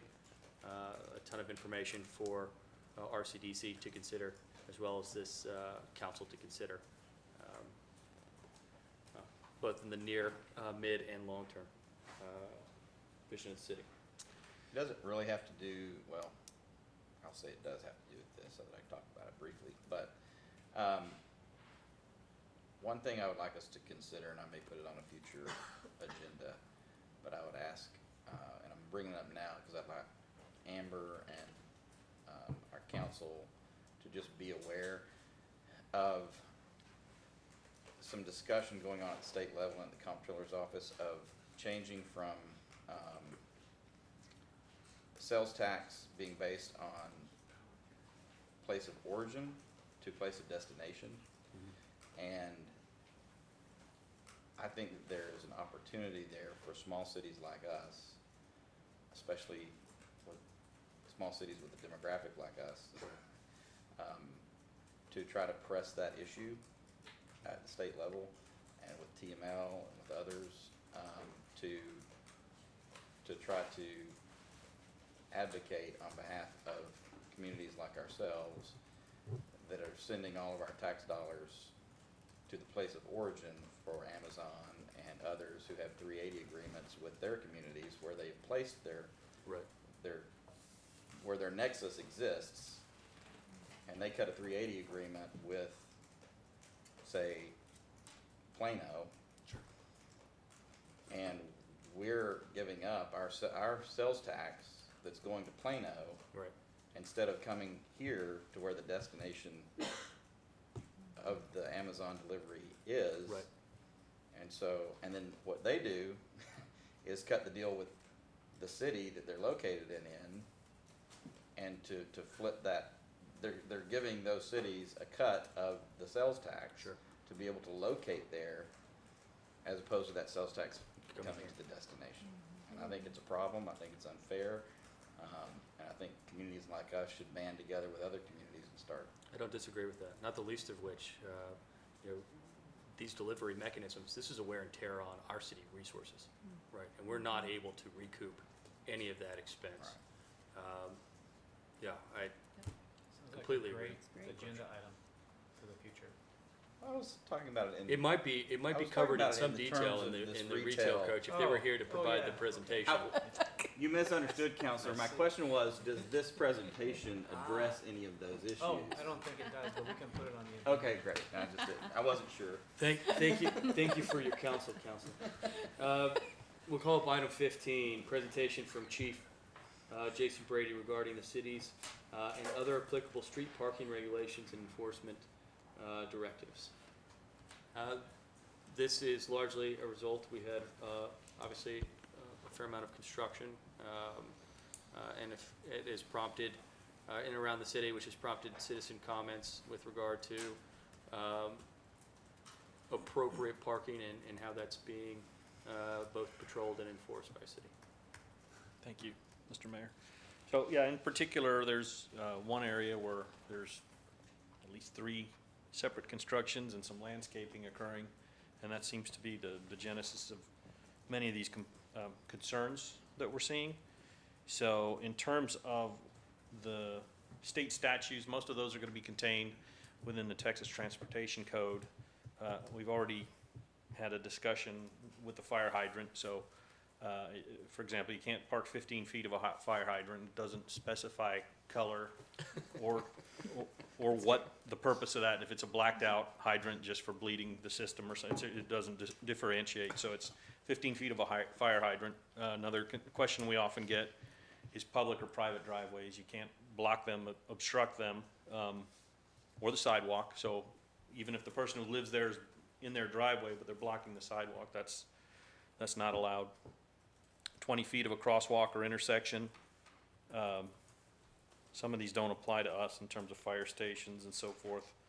Of course, anywhere where official signage prohibits parking, and then another one that's often brought to our attention is the direction that you park. So you have to park in the direction of the lane of travel.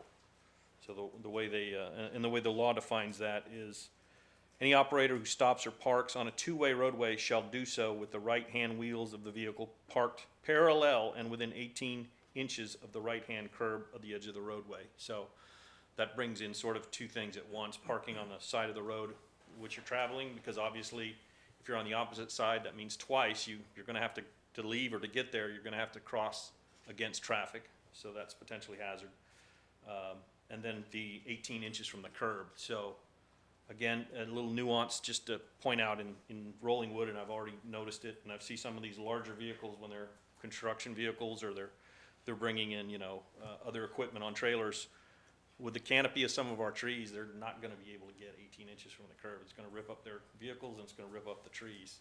So they either have to park out or they're going to have to park further away from where they're gonna offload that equipment. So, that's just we have to be realistic in allowing some leeway for some of the parking situations, and so that's just things to keep in mind. And obviously, when you have so many constructions in the same area and you have these large crews, and everyone's got their cars there, it's inconvenient, and we certainly take enforcement when possible. But I mean, I don't know how you mitigate, those vehicles. Those workers need to get to the site. You need to offload equipment and so forth. So.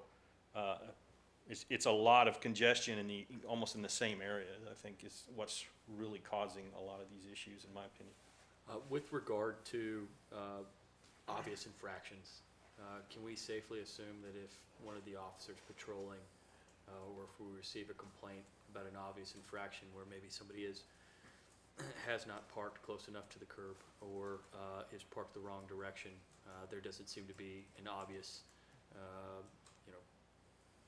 practical reason for doing so, that you're likely to receive a citation? Sure. So great question, Mr. Mayor. And so the primary thing my officers are empowered with is discretion. And I liked what you said in terms of that there's a good reason. So obviously there are some things that are just evident when you see them, why it's occurring. The other day I was patrolling the neighborhood and somebody was getting I don't know if they were moving or getting the delivery of something. But I mean, the truck literally could not be 18 inches from the curb. It was not where all this construction is. It was a separate issue. But so those are one of those cases where the officer's going to use some discretion. Obviously, a citation is our tool, but I like to think it's not the only tool in the toolbox. And sort of the Rollingwood way would be to try to locate the driver or the contractor and see if we can straighten that out first. But certainly, if we can't remedy the situation, we will go to citation, and as you see in the reports you get every month, we do issue citations. Yep. And I'll, in that regard also, presume, ask could, I guess multiple infractions are probably noticed as well, and less likely to be treated with kind of the softer approach, I would say. Oh, absolutely. Obviously somebody didn't heed the softer approach, then when you take the stricter enforcement action, that's our last resort. But actually our last resort is always to tow. Right. And so that's near our last of options. Perfect. I appreciate you taking the time. Yes, Counsel. What about blocking mailboxes? So there's no state law that's the other question we get, are mailboxes and trash cans, and there's really not any state law that I could locate. I've never written a ticket for that. I know on the federal side you can't inhibit the delivery of the mail. I don't know that it's specific into parking vehicles in front of it or how that manifests itself in terms of enforcement, and it wouldn't be something typically we would enforce. But I'm aware of no state statute that would prohibit parking in front of a mailbox. It's certainly rude.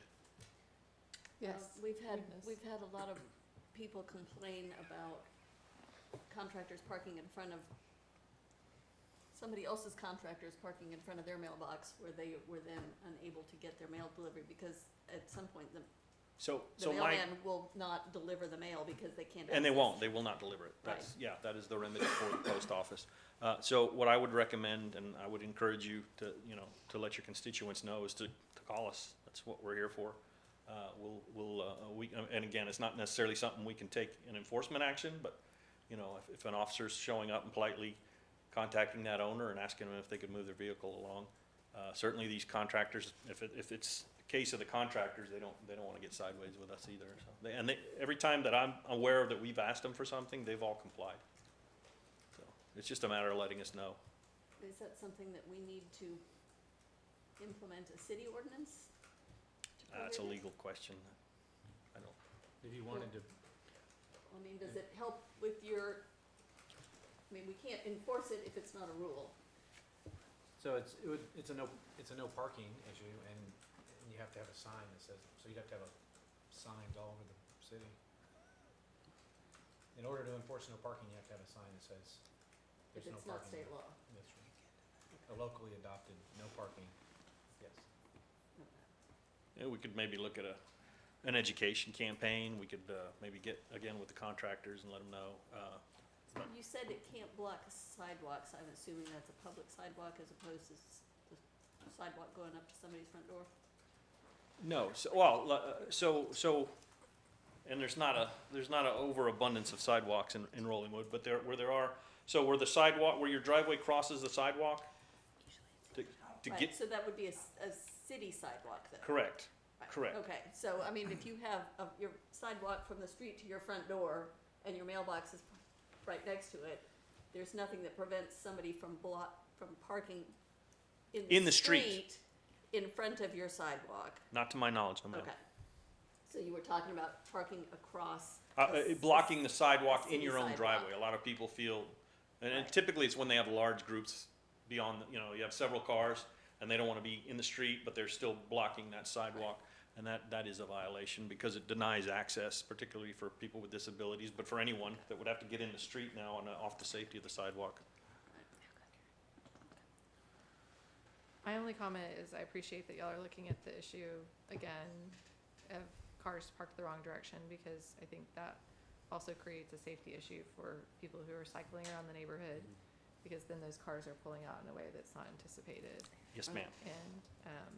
And so, especially with the number, like, as we get through winter and then into spring and we have a lot more kids riding to the pool, if that's something where we've created a culture again of parking the right direction, I think that helps the safety of kids in the neighborhood riding to the pool. Well, it's also harder in the wintertime because of the headlights. Because the headlights are then facing the wrong direction when. Coming out, Right, right when at you're you, going up yes. there, so it's Yeah, they're, more dangerous. there's a multitude of reasons where that's a Right. bad idea, and that's why it's a law, and it's a law in every state. Right. Chief, I really appreciate you taking the time to provide the info. Anything else, council? Thank you. Keep up the good work, appreciate it. Thank you. We're going to open a public hearing on a preliminary plat application for the purpose of obtaining a building permit at 2514 Rollingwood Drive. We're going to open public hearing at 8:38. Anybody here to speak on the item? Nobody's here. We will close the public hearing at 8:38. Discussion, possible action on a recommendation from the Planning and Zoning Commission on a preliminary plat application for the purpose of obtaining a building permit at 2514 Rollingwood Drive. I move to approve the preliminary plat for 2514 Rollingwood Drive. Second? We have a motion and a second. Do we have discussion, council? So are there any, Is that to accept the recommendation of the planning and zoning to conditionally improve the preliminary plat with the understanding that the following items will be included in the plat prior to final approval? A written description of the subdivision's meets and bounds, the inclusion, description, and exact location of all easements, public rights of way, and setbacks, including the front, side, and rear yard setbacks. I watched the Planning and Zoning Commission, and I did hear that exact motion being made, but I don't know if we have to put it in there conditionally, we can, but it's just approving the preliminary plat so they can get a building permit. So they have to bring that back in order to get the final plat They approved. do. I don't Yep. know Right. that motion has to have that. If you think it does, then I'll put it in, but, It doesn't need to be in there. okay. I mean, they can't get their final plat in. They unless can't until they comply have with the to regulations. met all of the regulations. So this is just so they can get their building permit. So we have a motion and a second. Discussion, council? so there's nothing proposed that is in violation or any variance from our requirements? Well, just the two conditions that I listed, those need to be shown on the final plat before it can be approved.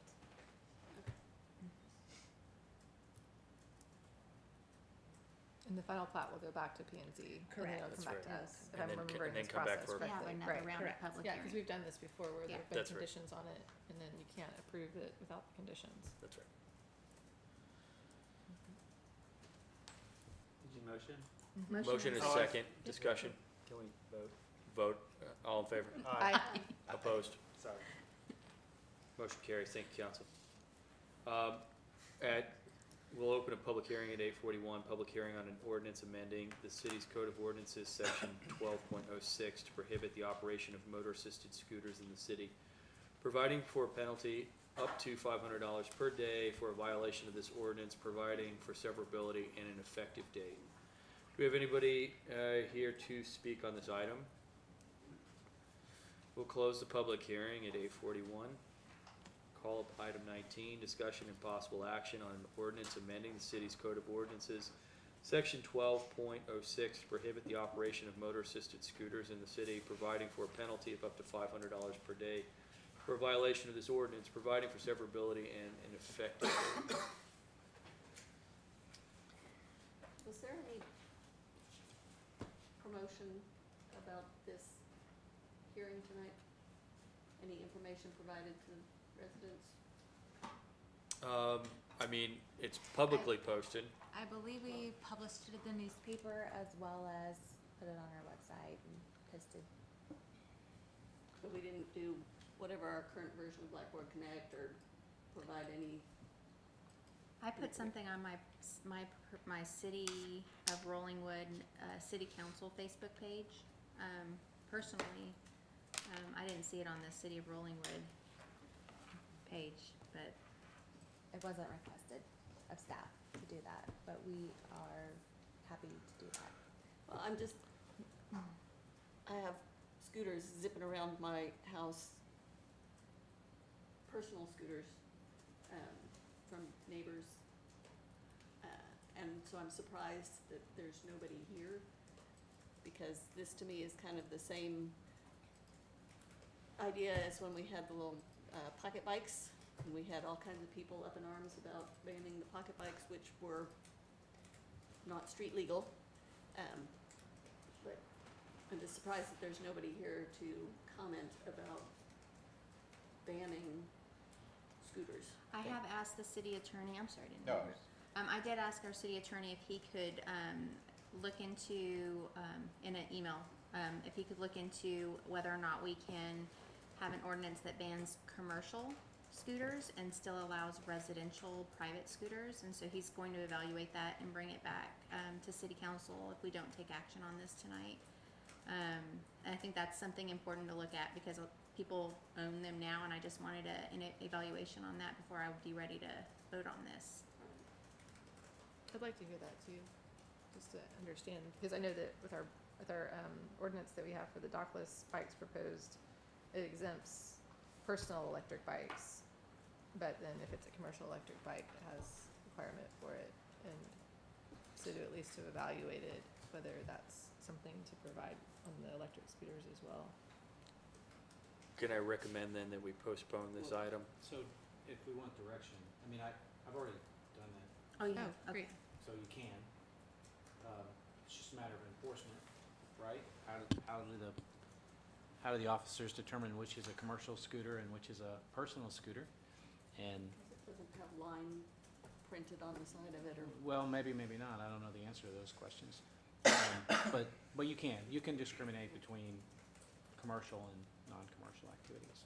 I think I would like to see if we can do that, maybe have another round of public hearings on it and see if we can craft the ordinance, to, allow people who have personal mobility devices to use those and then ban the commercial use of,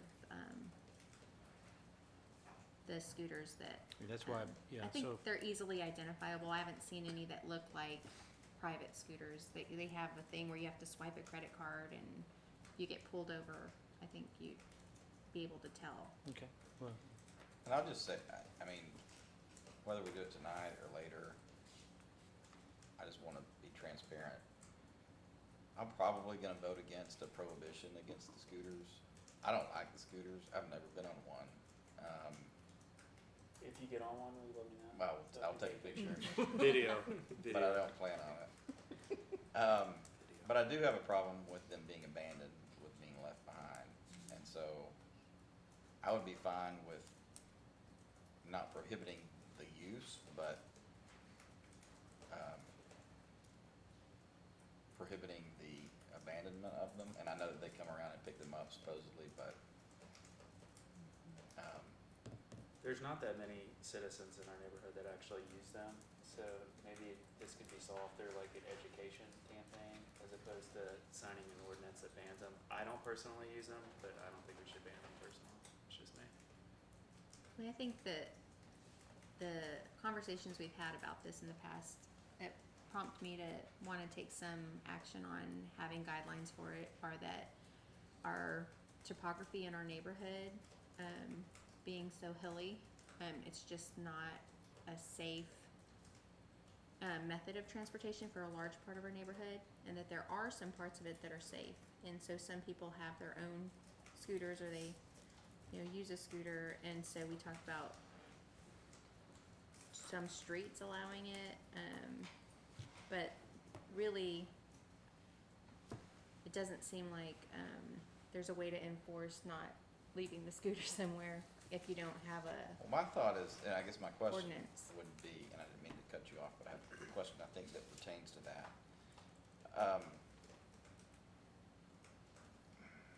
Counselor, would, under C, a person who violates, causes, allows, or permits a violation of this section commits a misdemeanor punishable by a fine not exceeding $500. I would assume that we could interpret a person to include, for instance, what are they, bird, or like any, Yes. the person could be the actual owner of. The corporate entity. The corporate entity, yes.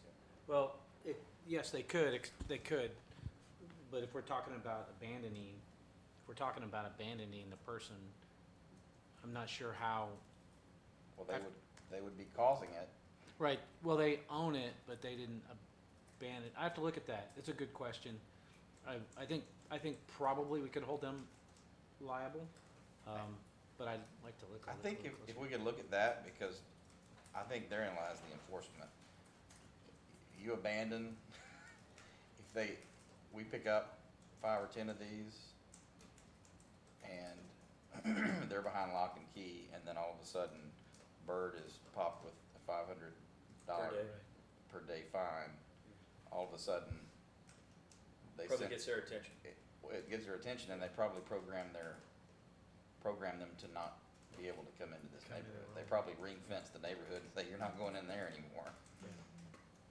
Instead of It just wouldn't making take them much to slow figure down, that it out. actually Instead of stops. making them slow down, which we know that they can do, they get popped with $5,000 of fines that we can legitimately put on them for allowing them to be abandoned in the first place.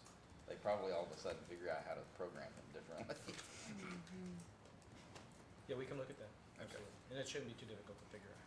Do you have to define what abandon is, like We leaving would, it in a yes, right of we way? would, well, we already have authority over our right of way, correct? What if they throw it in somebody's yard? Well, that's a private yard? trespass, and that's between, them and the private property owner. So they could We're, get. we're really it's talking civil about then.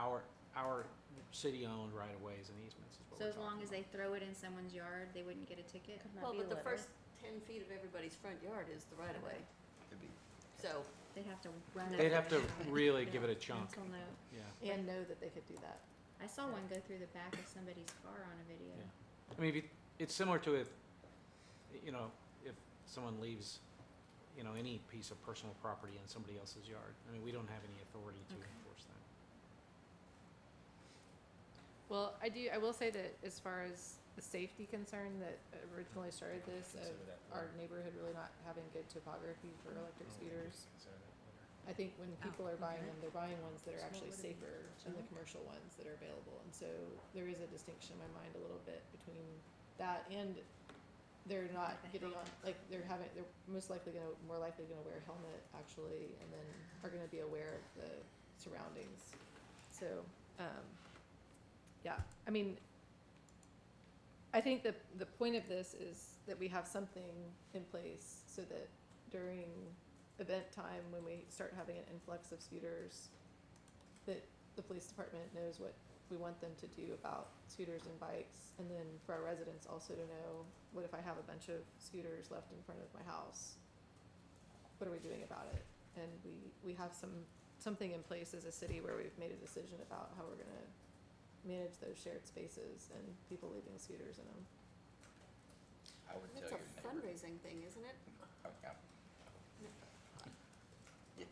One of my kids told me it's like $12, you pick it up and turn it in. Oh, yeah. You get No, $12 it's for every scooter that you return to them, so Yeah, it's a gig economy There we go. deal. add it to the police benevolent fund or something.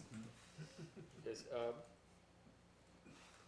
can I safely assume, no action at this juncture, council?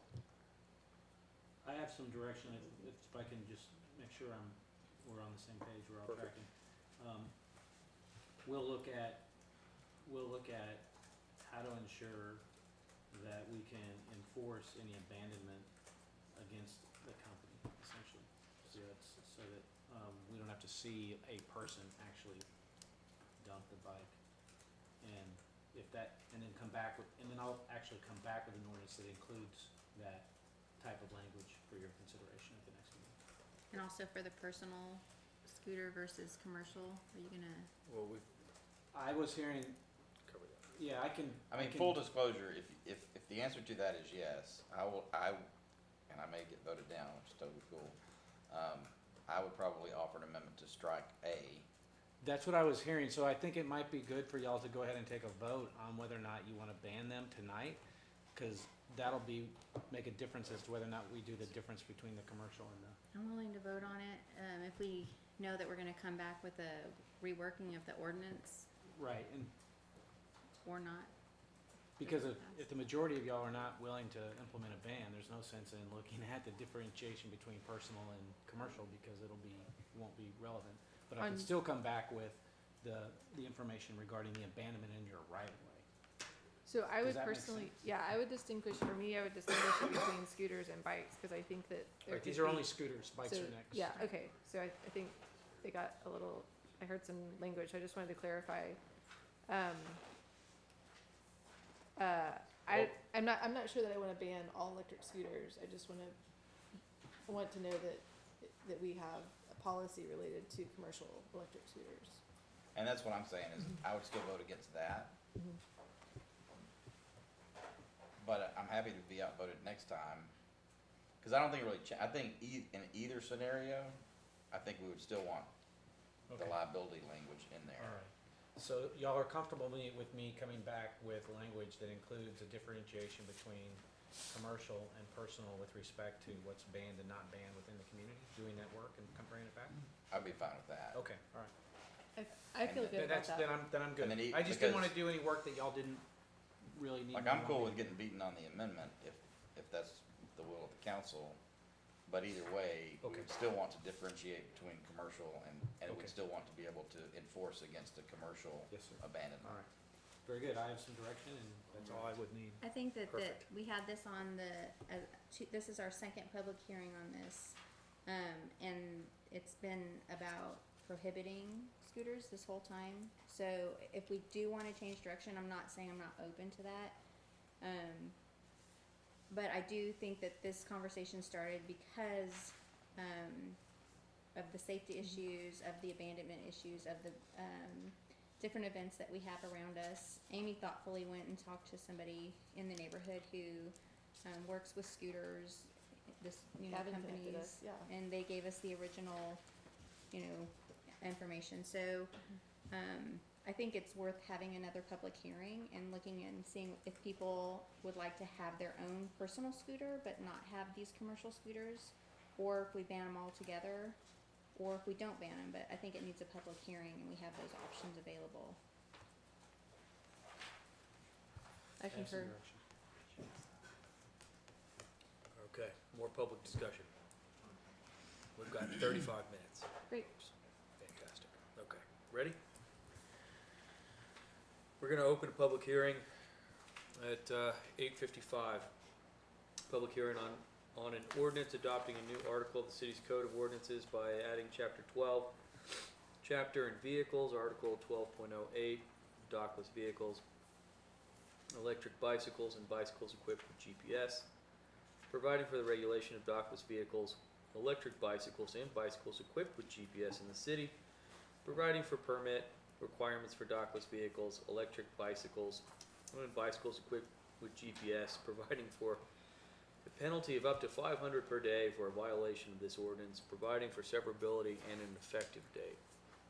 Anybody here to speak on this item? We will close the public hearing at 8:56. Took me a minute to read that guy. We will call up item 21. Discussion, possible action on an ordinance adopting, I don't have to read this whole thing, do I, Charlie? No. Yeah, perfect. Item 21.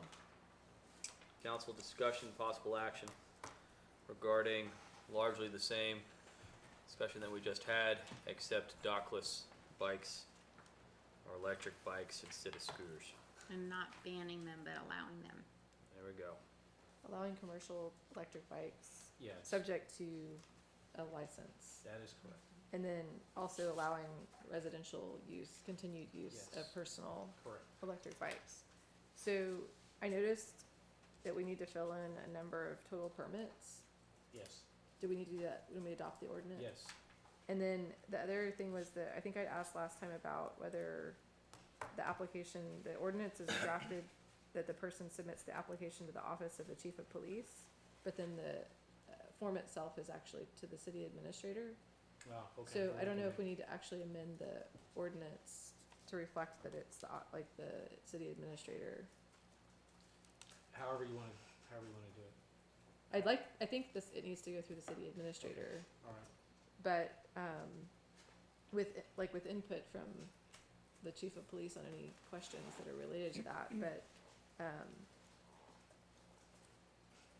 can I say chief of police or designee? And then the chief of police can designate the city administrator, or is it cleaner to just replace chief of police with city administrator? It's probably cleaner just to replace it with city administrator. Okay, so, I don't know how to set a first number of permits for electric bikes. I don't know what the demand is gonna be. I wrote down 200, cause that seems really high, but that at least, permits? yeah, Are we permitting the bike, or are we permitting No, the, you're the permitting the purveyor company. You're of the permitting the bike? company. oh, the number of Yeah, I was companies thinking that, two. 2 companies, That's alright. actually the number I thought you guys would choose. Oh, okay. So I just, so, and then, okay, great. So just to clarify that.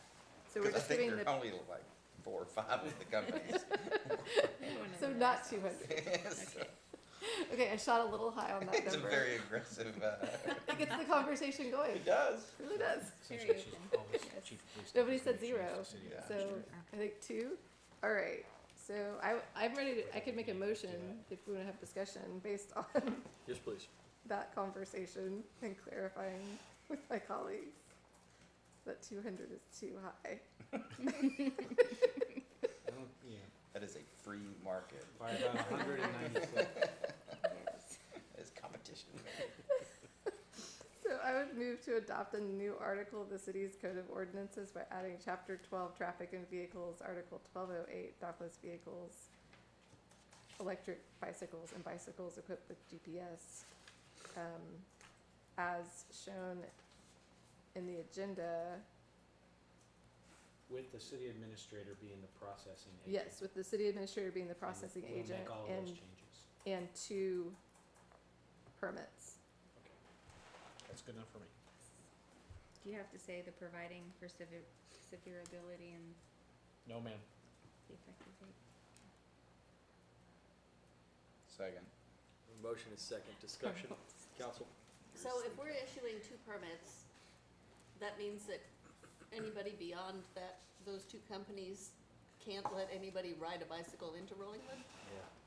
Those permits just became pretty valuable. And how are we gonna, Call it cap and trade. are they gonna have to geo-fence for the bicycles also? Be my guess. Who, I guess, is that, Well, they wouldn't have a Abandonment. docking station here, so. Right. does that abandonment discussion we had for the scooters also apply here if another company Th- abandons a bike that's Right. not This is permitted? really about the company operating within their city limits. Right. not about the bike, someone on a bike being in your city limits. Right. We don't really have any place for somebody to like stash a bunch of bikes for people to, I get, and my thought on doing So the I'm two would be if you were lucky enough to have two that wanted to come, you would have to probably designate like a couple of different areas for the docking stations, I would assume. well, these are dockless. dockless, so Dockless. there won't be a Oh, these are dockless? docking station, so it's just getting a permit for somebody to bring bikes in and put them where? In the right away. Well, Pretty much, right? The same as scooters. It's the same thing, that's what you're. Is there a cap well, but on, Yeah. right away where? I don't know. I mean, we don't really have any public place for For them They to put for it. them to go. Throw it into people's yards. I'm trying, isn't there a condition in here where I'm trying to remember it now, cause I didn't reread every detail right before this, but where we designate spaces, or is it all? Yeah, no, there is. That's what I thought. I believe that there is, yeah. I'm kind of glancing through it right you now. basically designate like where they put them, cause they have to recharge them, right? Yes. And so so they collect them, and then when they bring them back, they drop them in the same spot. Every time, I think is how that works. So they get scattered out, they get collected, they get recharged, then they get deposited back in one spot, wherever that Right. designated location is. Yeah, it says except as designated by the police chief, but we're gonna change that to the city administrator. So there's- it can only Maybe we be have, in like, a areas spot designated by the administrative official. City of Austin city limits. It's kind of like one down there, one on One the at other the- Well, end. no, One at the mayor. it just Yeah. seems like before we adopt something, we should have the implementation idea figured out a little better, because I'm having a hard time figuring out where these bikes would go. And and let me back up, I do apologize, it does Would it- also regulate, you have to have a permit in order to operate the vehicle within the city limits. Wouldn't it, So- and So it is before, both. before It us is issue, Placement here and then the actual operation of the bike. So wait, before us issuing a permit, presumably wouldn't one of these companies have to come with a proposal Yes. to They have to- warrant the They have to permit?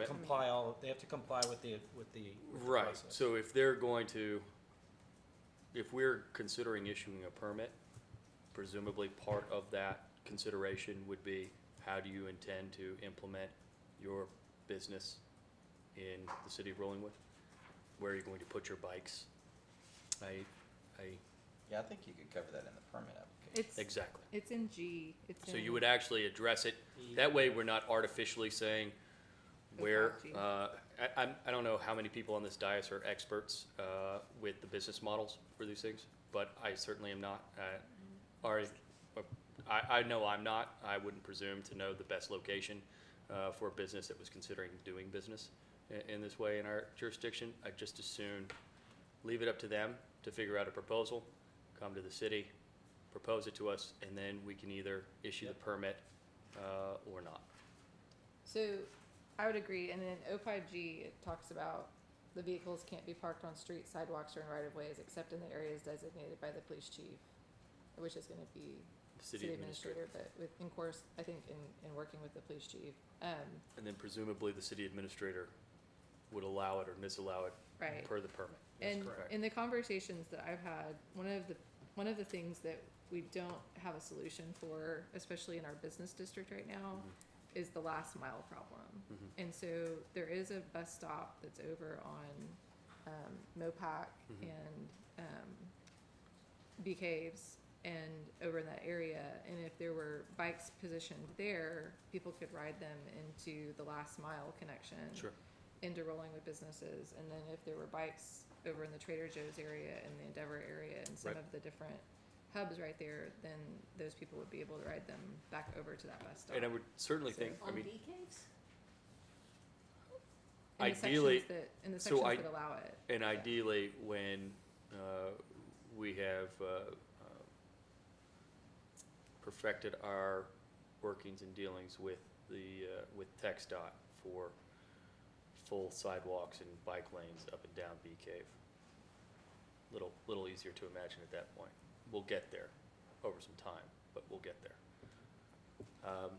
I do understand your point, but again, I fall back to, I don't know how many of us are experts in that business model, and I would caution us not to pick and choose, or these guys might think so much as critique their proposal.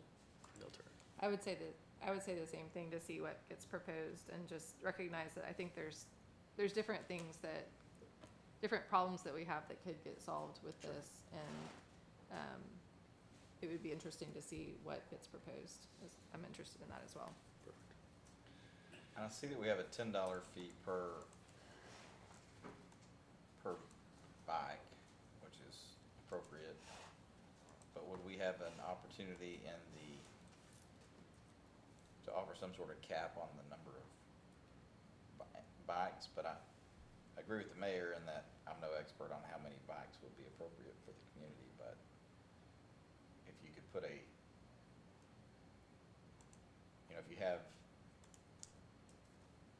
if you have one company that pulls a permit, you might want them to have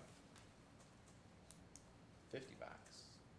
That's probably too many, but let's say 50 bikes. But if you had two companies that pull a permit, you might want them each to only have 25 bikes. So is there an opportunity to limit the number of total vehicles? Again, I would think that would come down to the proposal. I mean, we could pontificate and on this all day, to be honest with you. No, I agree, but the would short we answer- have that opportunity? We have not, we haven't come We- up with a permit agreement That's, yet. that's right. We haven't So, drafted the permit. We haven't drafted the permit agreement yet, and a lot of what you're talking about will be included in that. That's fine. That was my question. What we'd be doing tonight is either adopting this ordinance, which would then trigger the discussion on what an actual permit looks like. So, Okay, Ready to vote? I'm good. I'm ready. okay, no more discussion. Call the vote. All in favor? Aye. Aye. Opposed? Motion carries. Thank you, council. Next up, we have the consent agenda. Items 22 through 24. I move to approve the consent agenda. Second. We have a motion and a second. Discussion, council. So, Sorry. actually, there was a correction made today, right, to the minutes? Yes, I Yeah. sent that to everybody, is in the packet. Yeah, it was a good correction. Thank you. Well, it didn't seem like, No, it was well done. Thank you very much for paying attention to me. Any other discussion, council? All in favor? Aye. Aye. Opposed? Thank you, council. Item 25, discussion possible action to change the current address of 2410 Vance Lane to 103 Riley Road, and to direct the development services manager to make the formal address change as requested. I move to direct the development services manager to make the formal address change for 2410 Vance Lane to 103 Riley Road. Second. We have a motion and a second. Discussion, council. is there any reason given? I believe it's in the packets.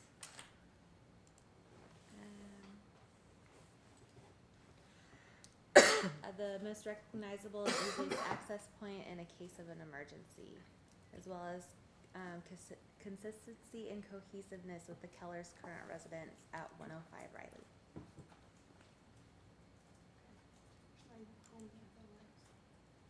No. But I was trying to figure out if it changed the setbacks or anything else that, where they could put fences or.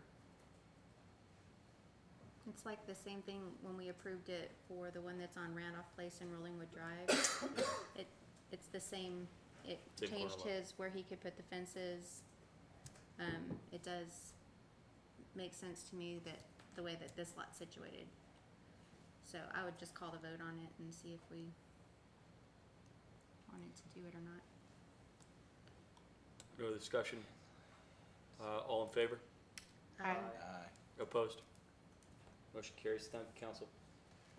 Discussion possible action to approve, item 26, discussion possible action to approve provision for a sign-on bonus in agreement form for new patrol officers of Rollingwood Police Department. Again, this was, our chief of police has been pretty thoughtful and really hit the ground running with regard to getting, not just getting, but also retaining best and brightest here in the city of Rollingwood. One of the things that Chief Brady pointed out correctly is that competing jurisdictions are offering signing bonuses for officers coming into their jurisdiction. In some instances, many instances, they actually start their officers at a higher base rate as well. So perhaps to make the city of Rollingwood a little more competitive, especially while we're down a few officers, a good idea to advertise as having a signing bonus. I used my discretion, spending discretion as mayor, to authorize Chief Brady to advertise a $2,000 signing bonus that would be conditioned on the officer completing, I guess, a year service is what we put out. I think we went 18 months. 18 months. So not a blank check, not something where they could just come in, test the waters, get a year experience, get our training, and then go to another jurisdiction.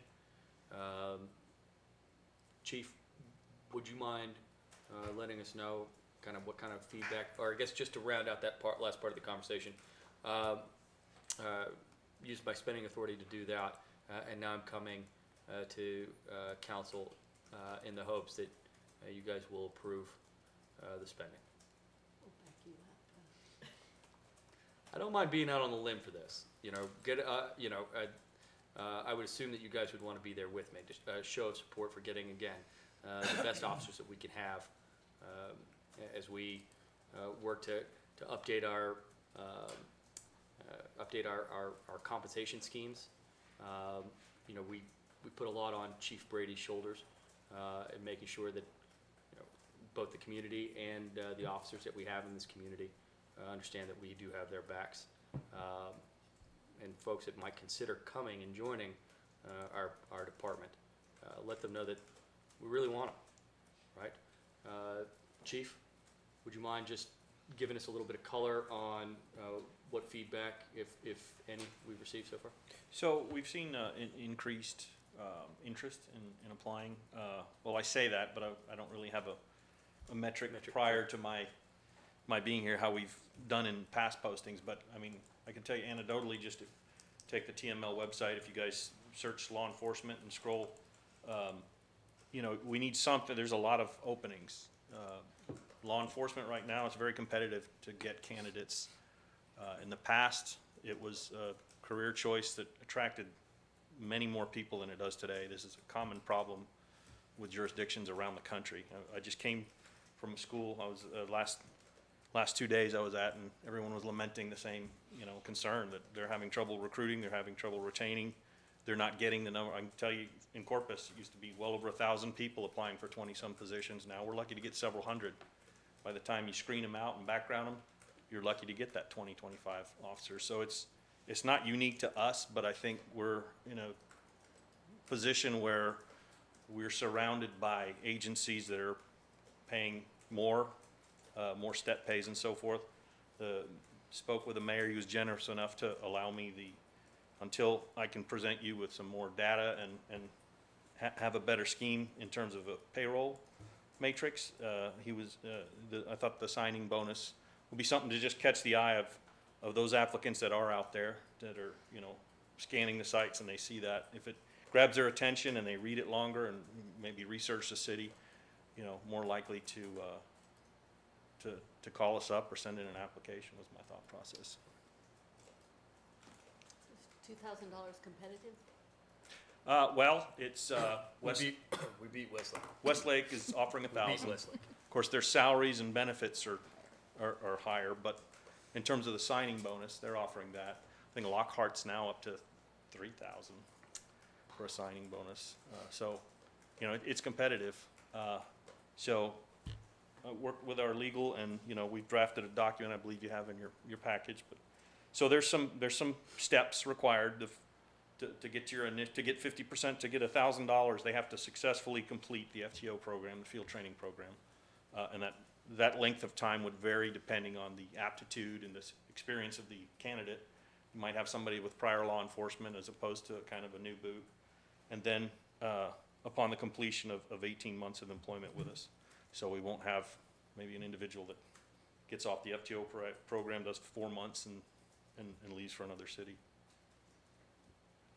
Do we have the option, Charlie, of, can we provide something like this too to our most recent hires? So it's only signing on, okay, so we would resolve some of the potential changes with this through other ways, okay. Well, I really appreciate you taking the time to look at it, and I know Chief Brady and I talked through some different things, and with Amber and the mayor, and he's looking at kind of what are some things that we can do right now, and then 3 months from now, 6 months from now, and then next budget cycle, so that we can kind of figure out what is working and what helps support the police department best, and then how to best budget for it moving forward. So we will get some other ideas as well in addition to this one. This one's just kind of more of a stopgap start. Thank you. And the goal is not just to get more applicants, but to get more quality applicants. Right. Because I've turned down 3 already. And you have to watch, because when there's officers that don't get on with other agencies, you don't want to be the place that's where they're going to wind up. And I think it's important that our citizens have the highest quality officers that we're able to attain. Appreciate that. Thank you. So I would move to approve where's the language, sorry. Is $2,000 enough realistically? So I think that's a fair question, and what I would suggest Is that there. really gonna make a difference, or do we need to do something else that really makes a difference? Cause as I read this, they're like, they do this for $2,000 and then they have to be here for 2 years, basically, once they get it, or they have to pay it back. That could almost dissuade people from even applying.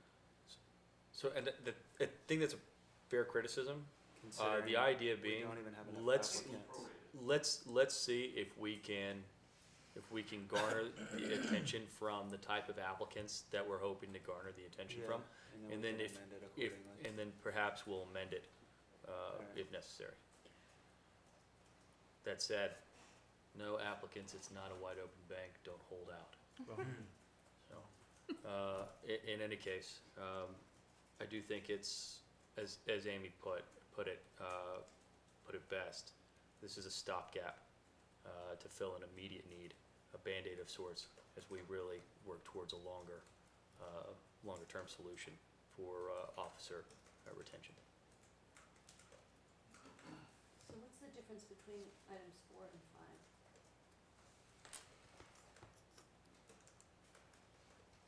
I'm sorry, what was the question? What's the difference between item 4 and 5? Paragraph 4 and 5? They seem to be restating the same requirement. Well, if they, okay,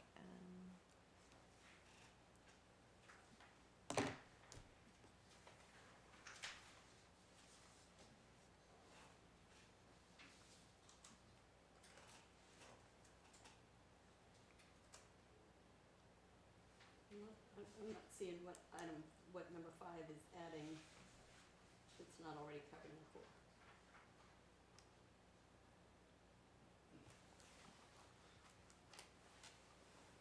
Well, it includes the requirement, or the exclusion of, it includes the requirement, makes clear the repayment requirements under paragraph 1. But that's a legit question. It doesn't hurt for it to be in there.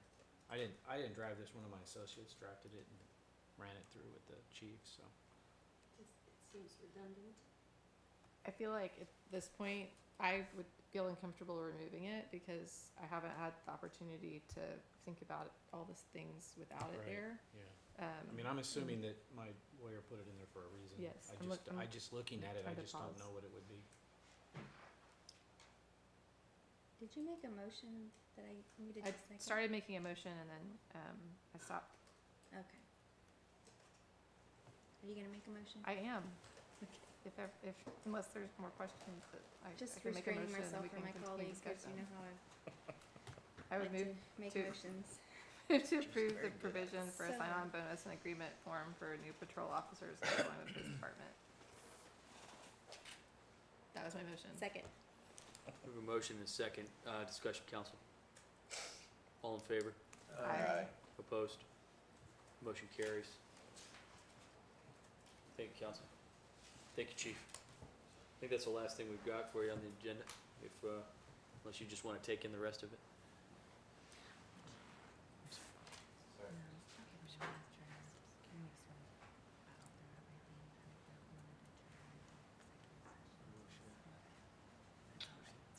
You got it. No. Go ahead. Appreciate it. 27, standing agenda item, update, discussion, possible action regarding Bee Cave Improvement Project. TxDOT has committed to co-sponsoring, pardon me, with the city of Rollingwood that will address the low water crossing flooding issues, span to 5 lanes with shoulders and sidewalks throughout Rollingwood's portion of Bee Cave Road. We've had a couple of meaningful conversations with TxDOT, including and updates on application process. Amy, this is really your baby. I say that. We're lucky to have you spearheading this, and I'm sure you have thoughts on our most recent conversations. If you wouldn't mind updating, it'd be great. I can't. I'm gonna give out this little quick Perfect. timeline flyer that I did right before the meeting. Got it. So here. Sorry. Thank you very much. Uh-huh. All right.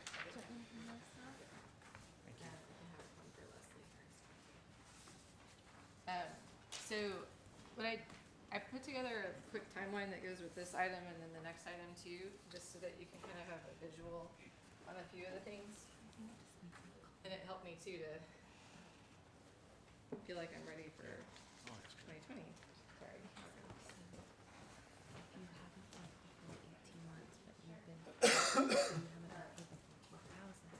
So the thing that's open right now that's related to bee caves is that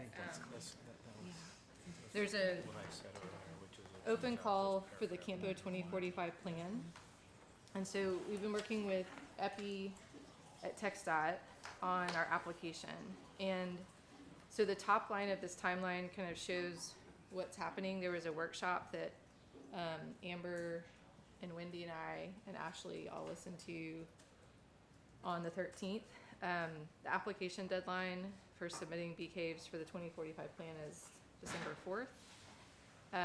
Campo will hold a public comment period February 2020, and then the plan right now is for the Transportation Policy Board to vote on the 2045 plan in 2020. And just to give a little bit of explanation, basically what we're doing is we're applying for the Bee Caves Road project to be in the list in the 2045 plan, but it doesn't mean that it's actually funded yet. So, but it has to go in the plan before it can get funded in the tip. So it's just the first step in the, yes, go ahead. Is this what we missed last time? So last time we missed a funding call, but we also, if we had gotten the funding call, we would have had to have gone back and gotten an amendment to be in the 2040 plan. So you have to both be in the plan for the road, for a roadway to be, like, for a regionally significant roadway to be funded. It has to both be in the plan, and it has to get funded through it has to show that it has funding through the TIP. So the plan amendments happen like twice a year. The TIP happens about quarterly. So there's multiple opportunities to try to get into those different documents that show that we have funding and that show that we have a plan. We're hoping that what will happen here, so that this is the other thing just to kind of understand, is that the way the 2045 plan is working this year is that Campo has gone and assessed the creditworthiness of all of the different regions that are part of the Campo area, and they've come up with one number that is the amount that the region has to be fiscally constrained to for all of its roadway projects for the plan. So now all of the different regions are putting in their plan applications. They're going to score all of the plan applications based on different criteria and create a ranked list. And then they're going to use that number essentially to add up, like however many projects they can get added up and the amounts that those projects are estimated to cost until they get to that one big number. And then everything that's above the line is going to be considered fiscally constrained. Everything below the line is going to be illustrative if it qualifies. And like if it's a complete application essentially. So the best case for us would be that we put in the application as a city and working with TxDOT, and TxDOT is working with us, and we're able to get the application scored this time, and we are able to be in the fiscally constrained portion, because then we don't have to come back later and ask to get moved to the fiscally constrained portion. We're just there. But alternatively, if we submit a complete application, we should be able to make it into the illustrative list at least. And then we're going to have to work with TxDOT as they hopefully return to us soon some examples of the work that they've been doing on the environmental components of the roadway and looking at new schematics. Then we'll start moving into trying to figure out what the funding sources might be that are available. So we still have a couple of stages left.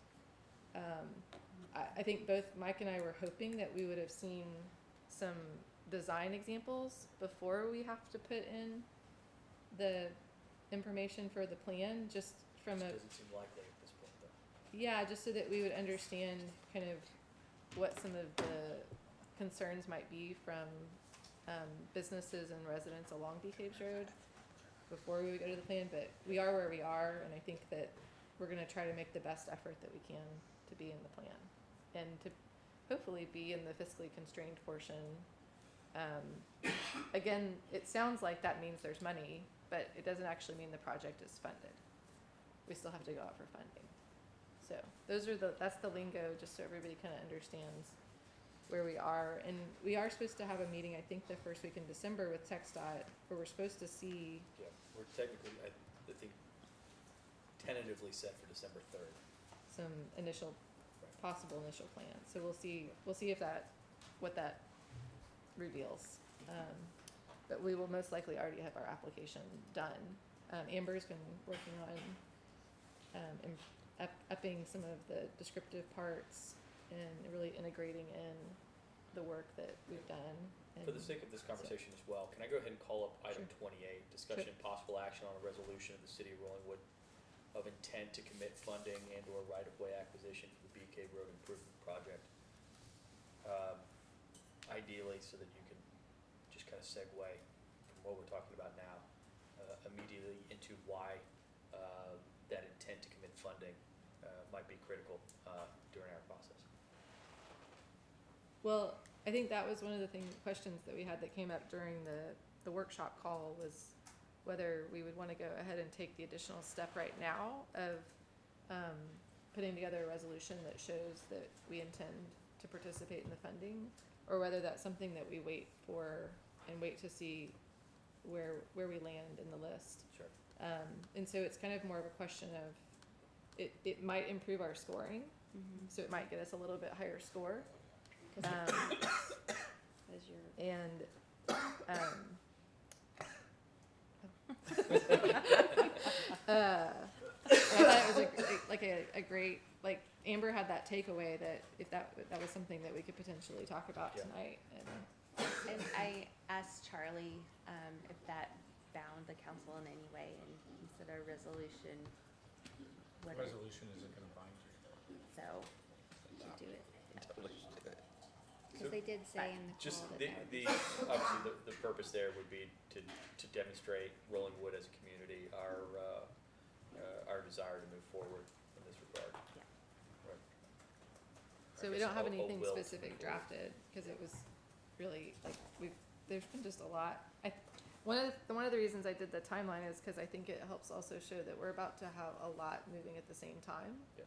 As far as public comment periods and what resources we might need to have available if we wanna comment as a city on the different things that So are happening. my suggestion then, if council has an appetite, with regards to the resolution, that maybe, direction be provided, to legal counsel to begin that draft, so that we can move that forward in a meaningful timeline. Could we have that back by the next city council meeting? Probably not time since the application is due December 4th, but if you could just direct Before. the legal counsel And and It's a city Give it- administrator yes, to yes, Right. both of us. draft it together. So- So directed. direction, and then I would also ask that, Amy, you've been heavily involved in this, if you have a level of time to contribute your thoughts, I think that would make sure that the resolution is really set off on the best foot. Yes. And then I would ask that council have a level of trust and deference in the ability of those three folks to really spearhead this, to make sure that we get this resolution in place in time for our application. Charlie, do you need us to make a motion because we're directing you to draft a resolution? Not unless, no, I'm comfortable with it. Again, like the reason I want to make sure that everyone is comfortable with, oh, wait a minute, are y'all Yeah, going, because- are y'all going to like? Adopt you're the not- resolution. You're gonna adopt it, right? So yeah, there should be a motion. Yeah. Yes, there should be a motion to approve a resolution as drafted by the city attorney. You're not. It's not coming back, it's not coming back to you, in other words. Is Correct. approved Okay, by the we do mayor? need a motion, yes. Yeah. sorry? I said is approved by the mayor instead of is drafted by the Yeah, attorney. that'll be fine, yep, absolutely. So Actually, my preference. my concern with doing a resolution to come up with funding is the whole concept of them talking about making that center turn lane a counterflow lane. Sure. And I have a big issue with us committing funds to purchase right-of-way, to put in a turn lane, and then to have them decide, thanks, but sorry, it's not a turn lane anymore, now it's gonna be another lane of traffic. So I think that's a very valid criticism of the process that's going on right now. And I can assure you, my discussion, and I know Amy's discussions with Campo, we expressed that when Ashby was kind enough to join us at City Hall, a very firm opposition to counterflow, their contraflow plan. You know, they heard us and then promptly told us that they weren't accepting changes at the moment, which may or may not be 100% accurate. Not to suggest that, I don't know, maybe Ashby just misspoke, I suppose, when speaking with me. I'm sure he did not intentionally mislead me, or any of us.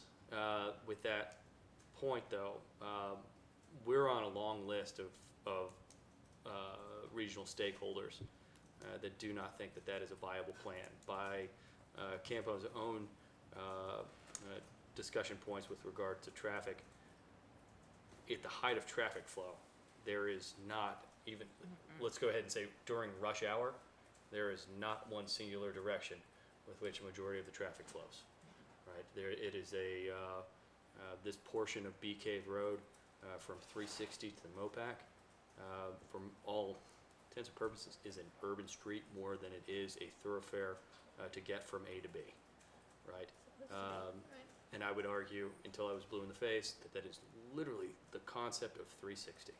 Bring the traffic in. If you want traffic getting to where they're supposed to go quickly, figure out how to improve traffic flows up and down 360, which is the purpose of this road, to get to your primary thoroughfares in the form of Mopac or 35.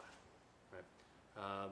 Whether they'll heed the voice of a lowly small town mayor or not, I'm not sure, but we're going to make sure we yell it pretty loudly. We'll be far from the only folks doing it. I know, again, there are neighboring jurisdictions that feel as passionately about it as we do.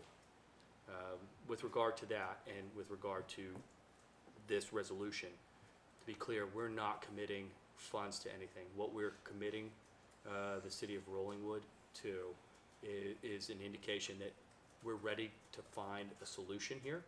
And if we find a solution that is fitting for the city of Rollingwood, that we are ready to fund that solution, I guess. So the delicacy on timing is making sure, there's no point in us having a resolution if we can't submit it with our application, is the short thing. So, I have one comment too, Yeah. to Sarah's point. I think it's a really valid point. It has been a concern. I spent a lot of time working on that issue for the last couple months. And one of the things in meeting with different, other elected officials in the area, like I've met with Commissioner Doherty a couple times. One of the statements that he repeatedly makes is that it's TxDOT's roadway, they can do whatever they want to with it. So whether it's in a study or in a plan, if TxDOT wants to suddenly make BK's Road contraflow, TxDOT can do that. They generally want to have the approval of local jurisdictions to do that, but they can do it. So I think that the position that the city of Rollingwood took regarding this recent study where they decided to add a contraflow study, the city of Rollingwood took a position, the city of BK's took a position, the Westlake Chamber of Commerce took a position. There was a significant amount of public comment saying this is not something that we want done with our roadway. I think that was a very good position to take, and I think it helped demonstrate that there is a cohesive rejection of BK's Road being made into contraflow through this area. And so TxDOT et al., please look at other roadways like 360 to manage these needs. And just from So that said, I just wanted to clarify that, because I do think Commissioner Doherty is correct. It's TxDOT's roadway. That's right. So as much as I would like, if there was a way that we could put a stipulation in there that said we have an intent to fund, but only if you don't do contraflow, I don't know that we can bind TxDOT. I don't know the answer to that. I don't know that we can bind them to not using their roadway in the future in ways that they might want to use it. The only thing that if we we can have really that. do, I think, is appeal to their, to the rational sense. Mhm. And that being, we literally have elementary schools that are right off of this roadway. I mean, immediately adjoining this roadway that is being proposed as a pressure relief valve for tremendous amounts of traffic flow. We have small businesses that are already limited on parking and have difficulties with hidden driveways up and down this road. No matter what we do, it's the nature of the topography, right? The idea that we would try to encourage increased traffic and then encourage that traffic expediting its travel through that small area is borderline nonsensical to me as a local resident. And I suspect strongly that the reason we've seen the outpour of opposition to that concept is that all the other regional stakeholders here see it the exact same way, especially at a time when we as a jurisdiction are trying to emphasize our business and bolster our business. The last thing we want to do is discourage people from stopping and shopping in Rollingwood. So anyway, I appreciate the efforts. It gets me a little fired up thinking about despite our efforts, are you them ready for a treating us as a motion? pass through. Happy to. No. Yeah. Hey, I'll tell you what. I'll get fired up on this and rail on it for a little while. So thank I you. move to direct the city attorney to draft a resolution of the city of Rollingwood of the intent to commit funding and or right-of-way acquisition for Bee Cave Road Improvement Project to be signed by the mayor. Second. And submitted with our application. And submitted with our application. Second. Discussion, council? All in favor? Aye. Opposed? Thanks, council. And thank you, Amy, for your diligence. Item 29, update, discussion, possible action to pass a resolution, request a meeting with, to provide information or a statement of position of the city to and/or to request information or analysis from relevant state and local officials in connection with the proposed South Mopac expansion. Amy is our resident expert. With Wendy. And Wendy. as our resident experts, do you guys have an update for us? Yes, so the bottom part of the timeline shows, what has been reported in the most recent CTRMA board meeting as the timeline for MOPAC South coming up. So currently, they are doing, outreach meetings with elected officials, and that's something we've talked about, requesting. The next open house is going to be February 2020. They are going to have a schematic review in May of 2020, then a public hearing in 2021, and environmental finding scheduled for September of 2021. So, a few things I just wanted to comment on are sometimes, well, there's been a change in the chairmanship over the summer at CTRMA, and so that's also someone who we're hoping to get to meet. Occasionally there are changes in the board composition that happen over the beginning of the year, so potentially the board could be changing around the same time as the open house. The membership occasionally changes there. The same is also true on the top timeline, that there will be changes of the Transportation Policy Board in January. So those are just some things to think about, and how the dynamics of different people that we've worked with this on in the past may be there. There may be some new people also for us to be meeting with, and hopefully helping them understand our position in the past. And then really until we see what's there in February 2020, we really don't have an idea yet whether any of the comments that we've made in the past have been incorporated into what they're proposing now as the preferred alternative that will come out in February 2020.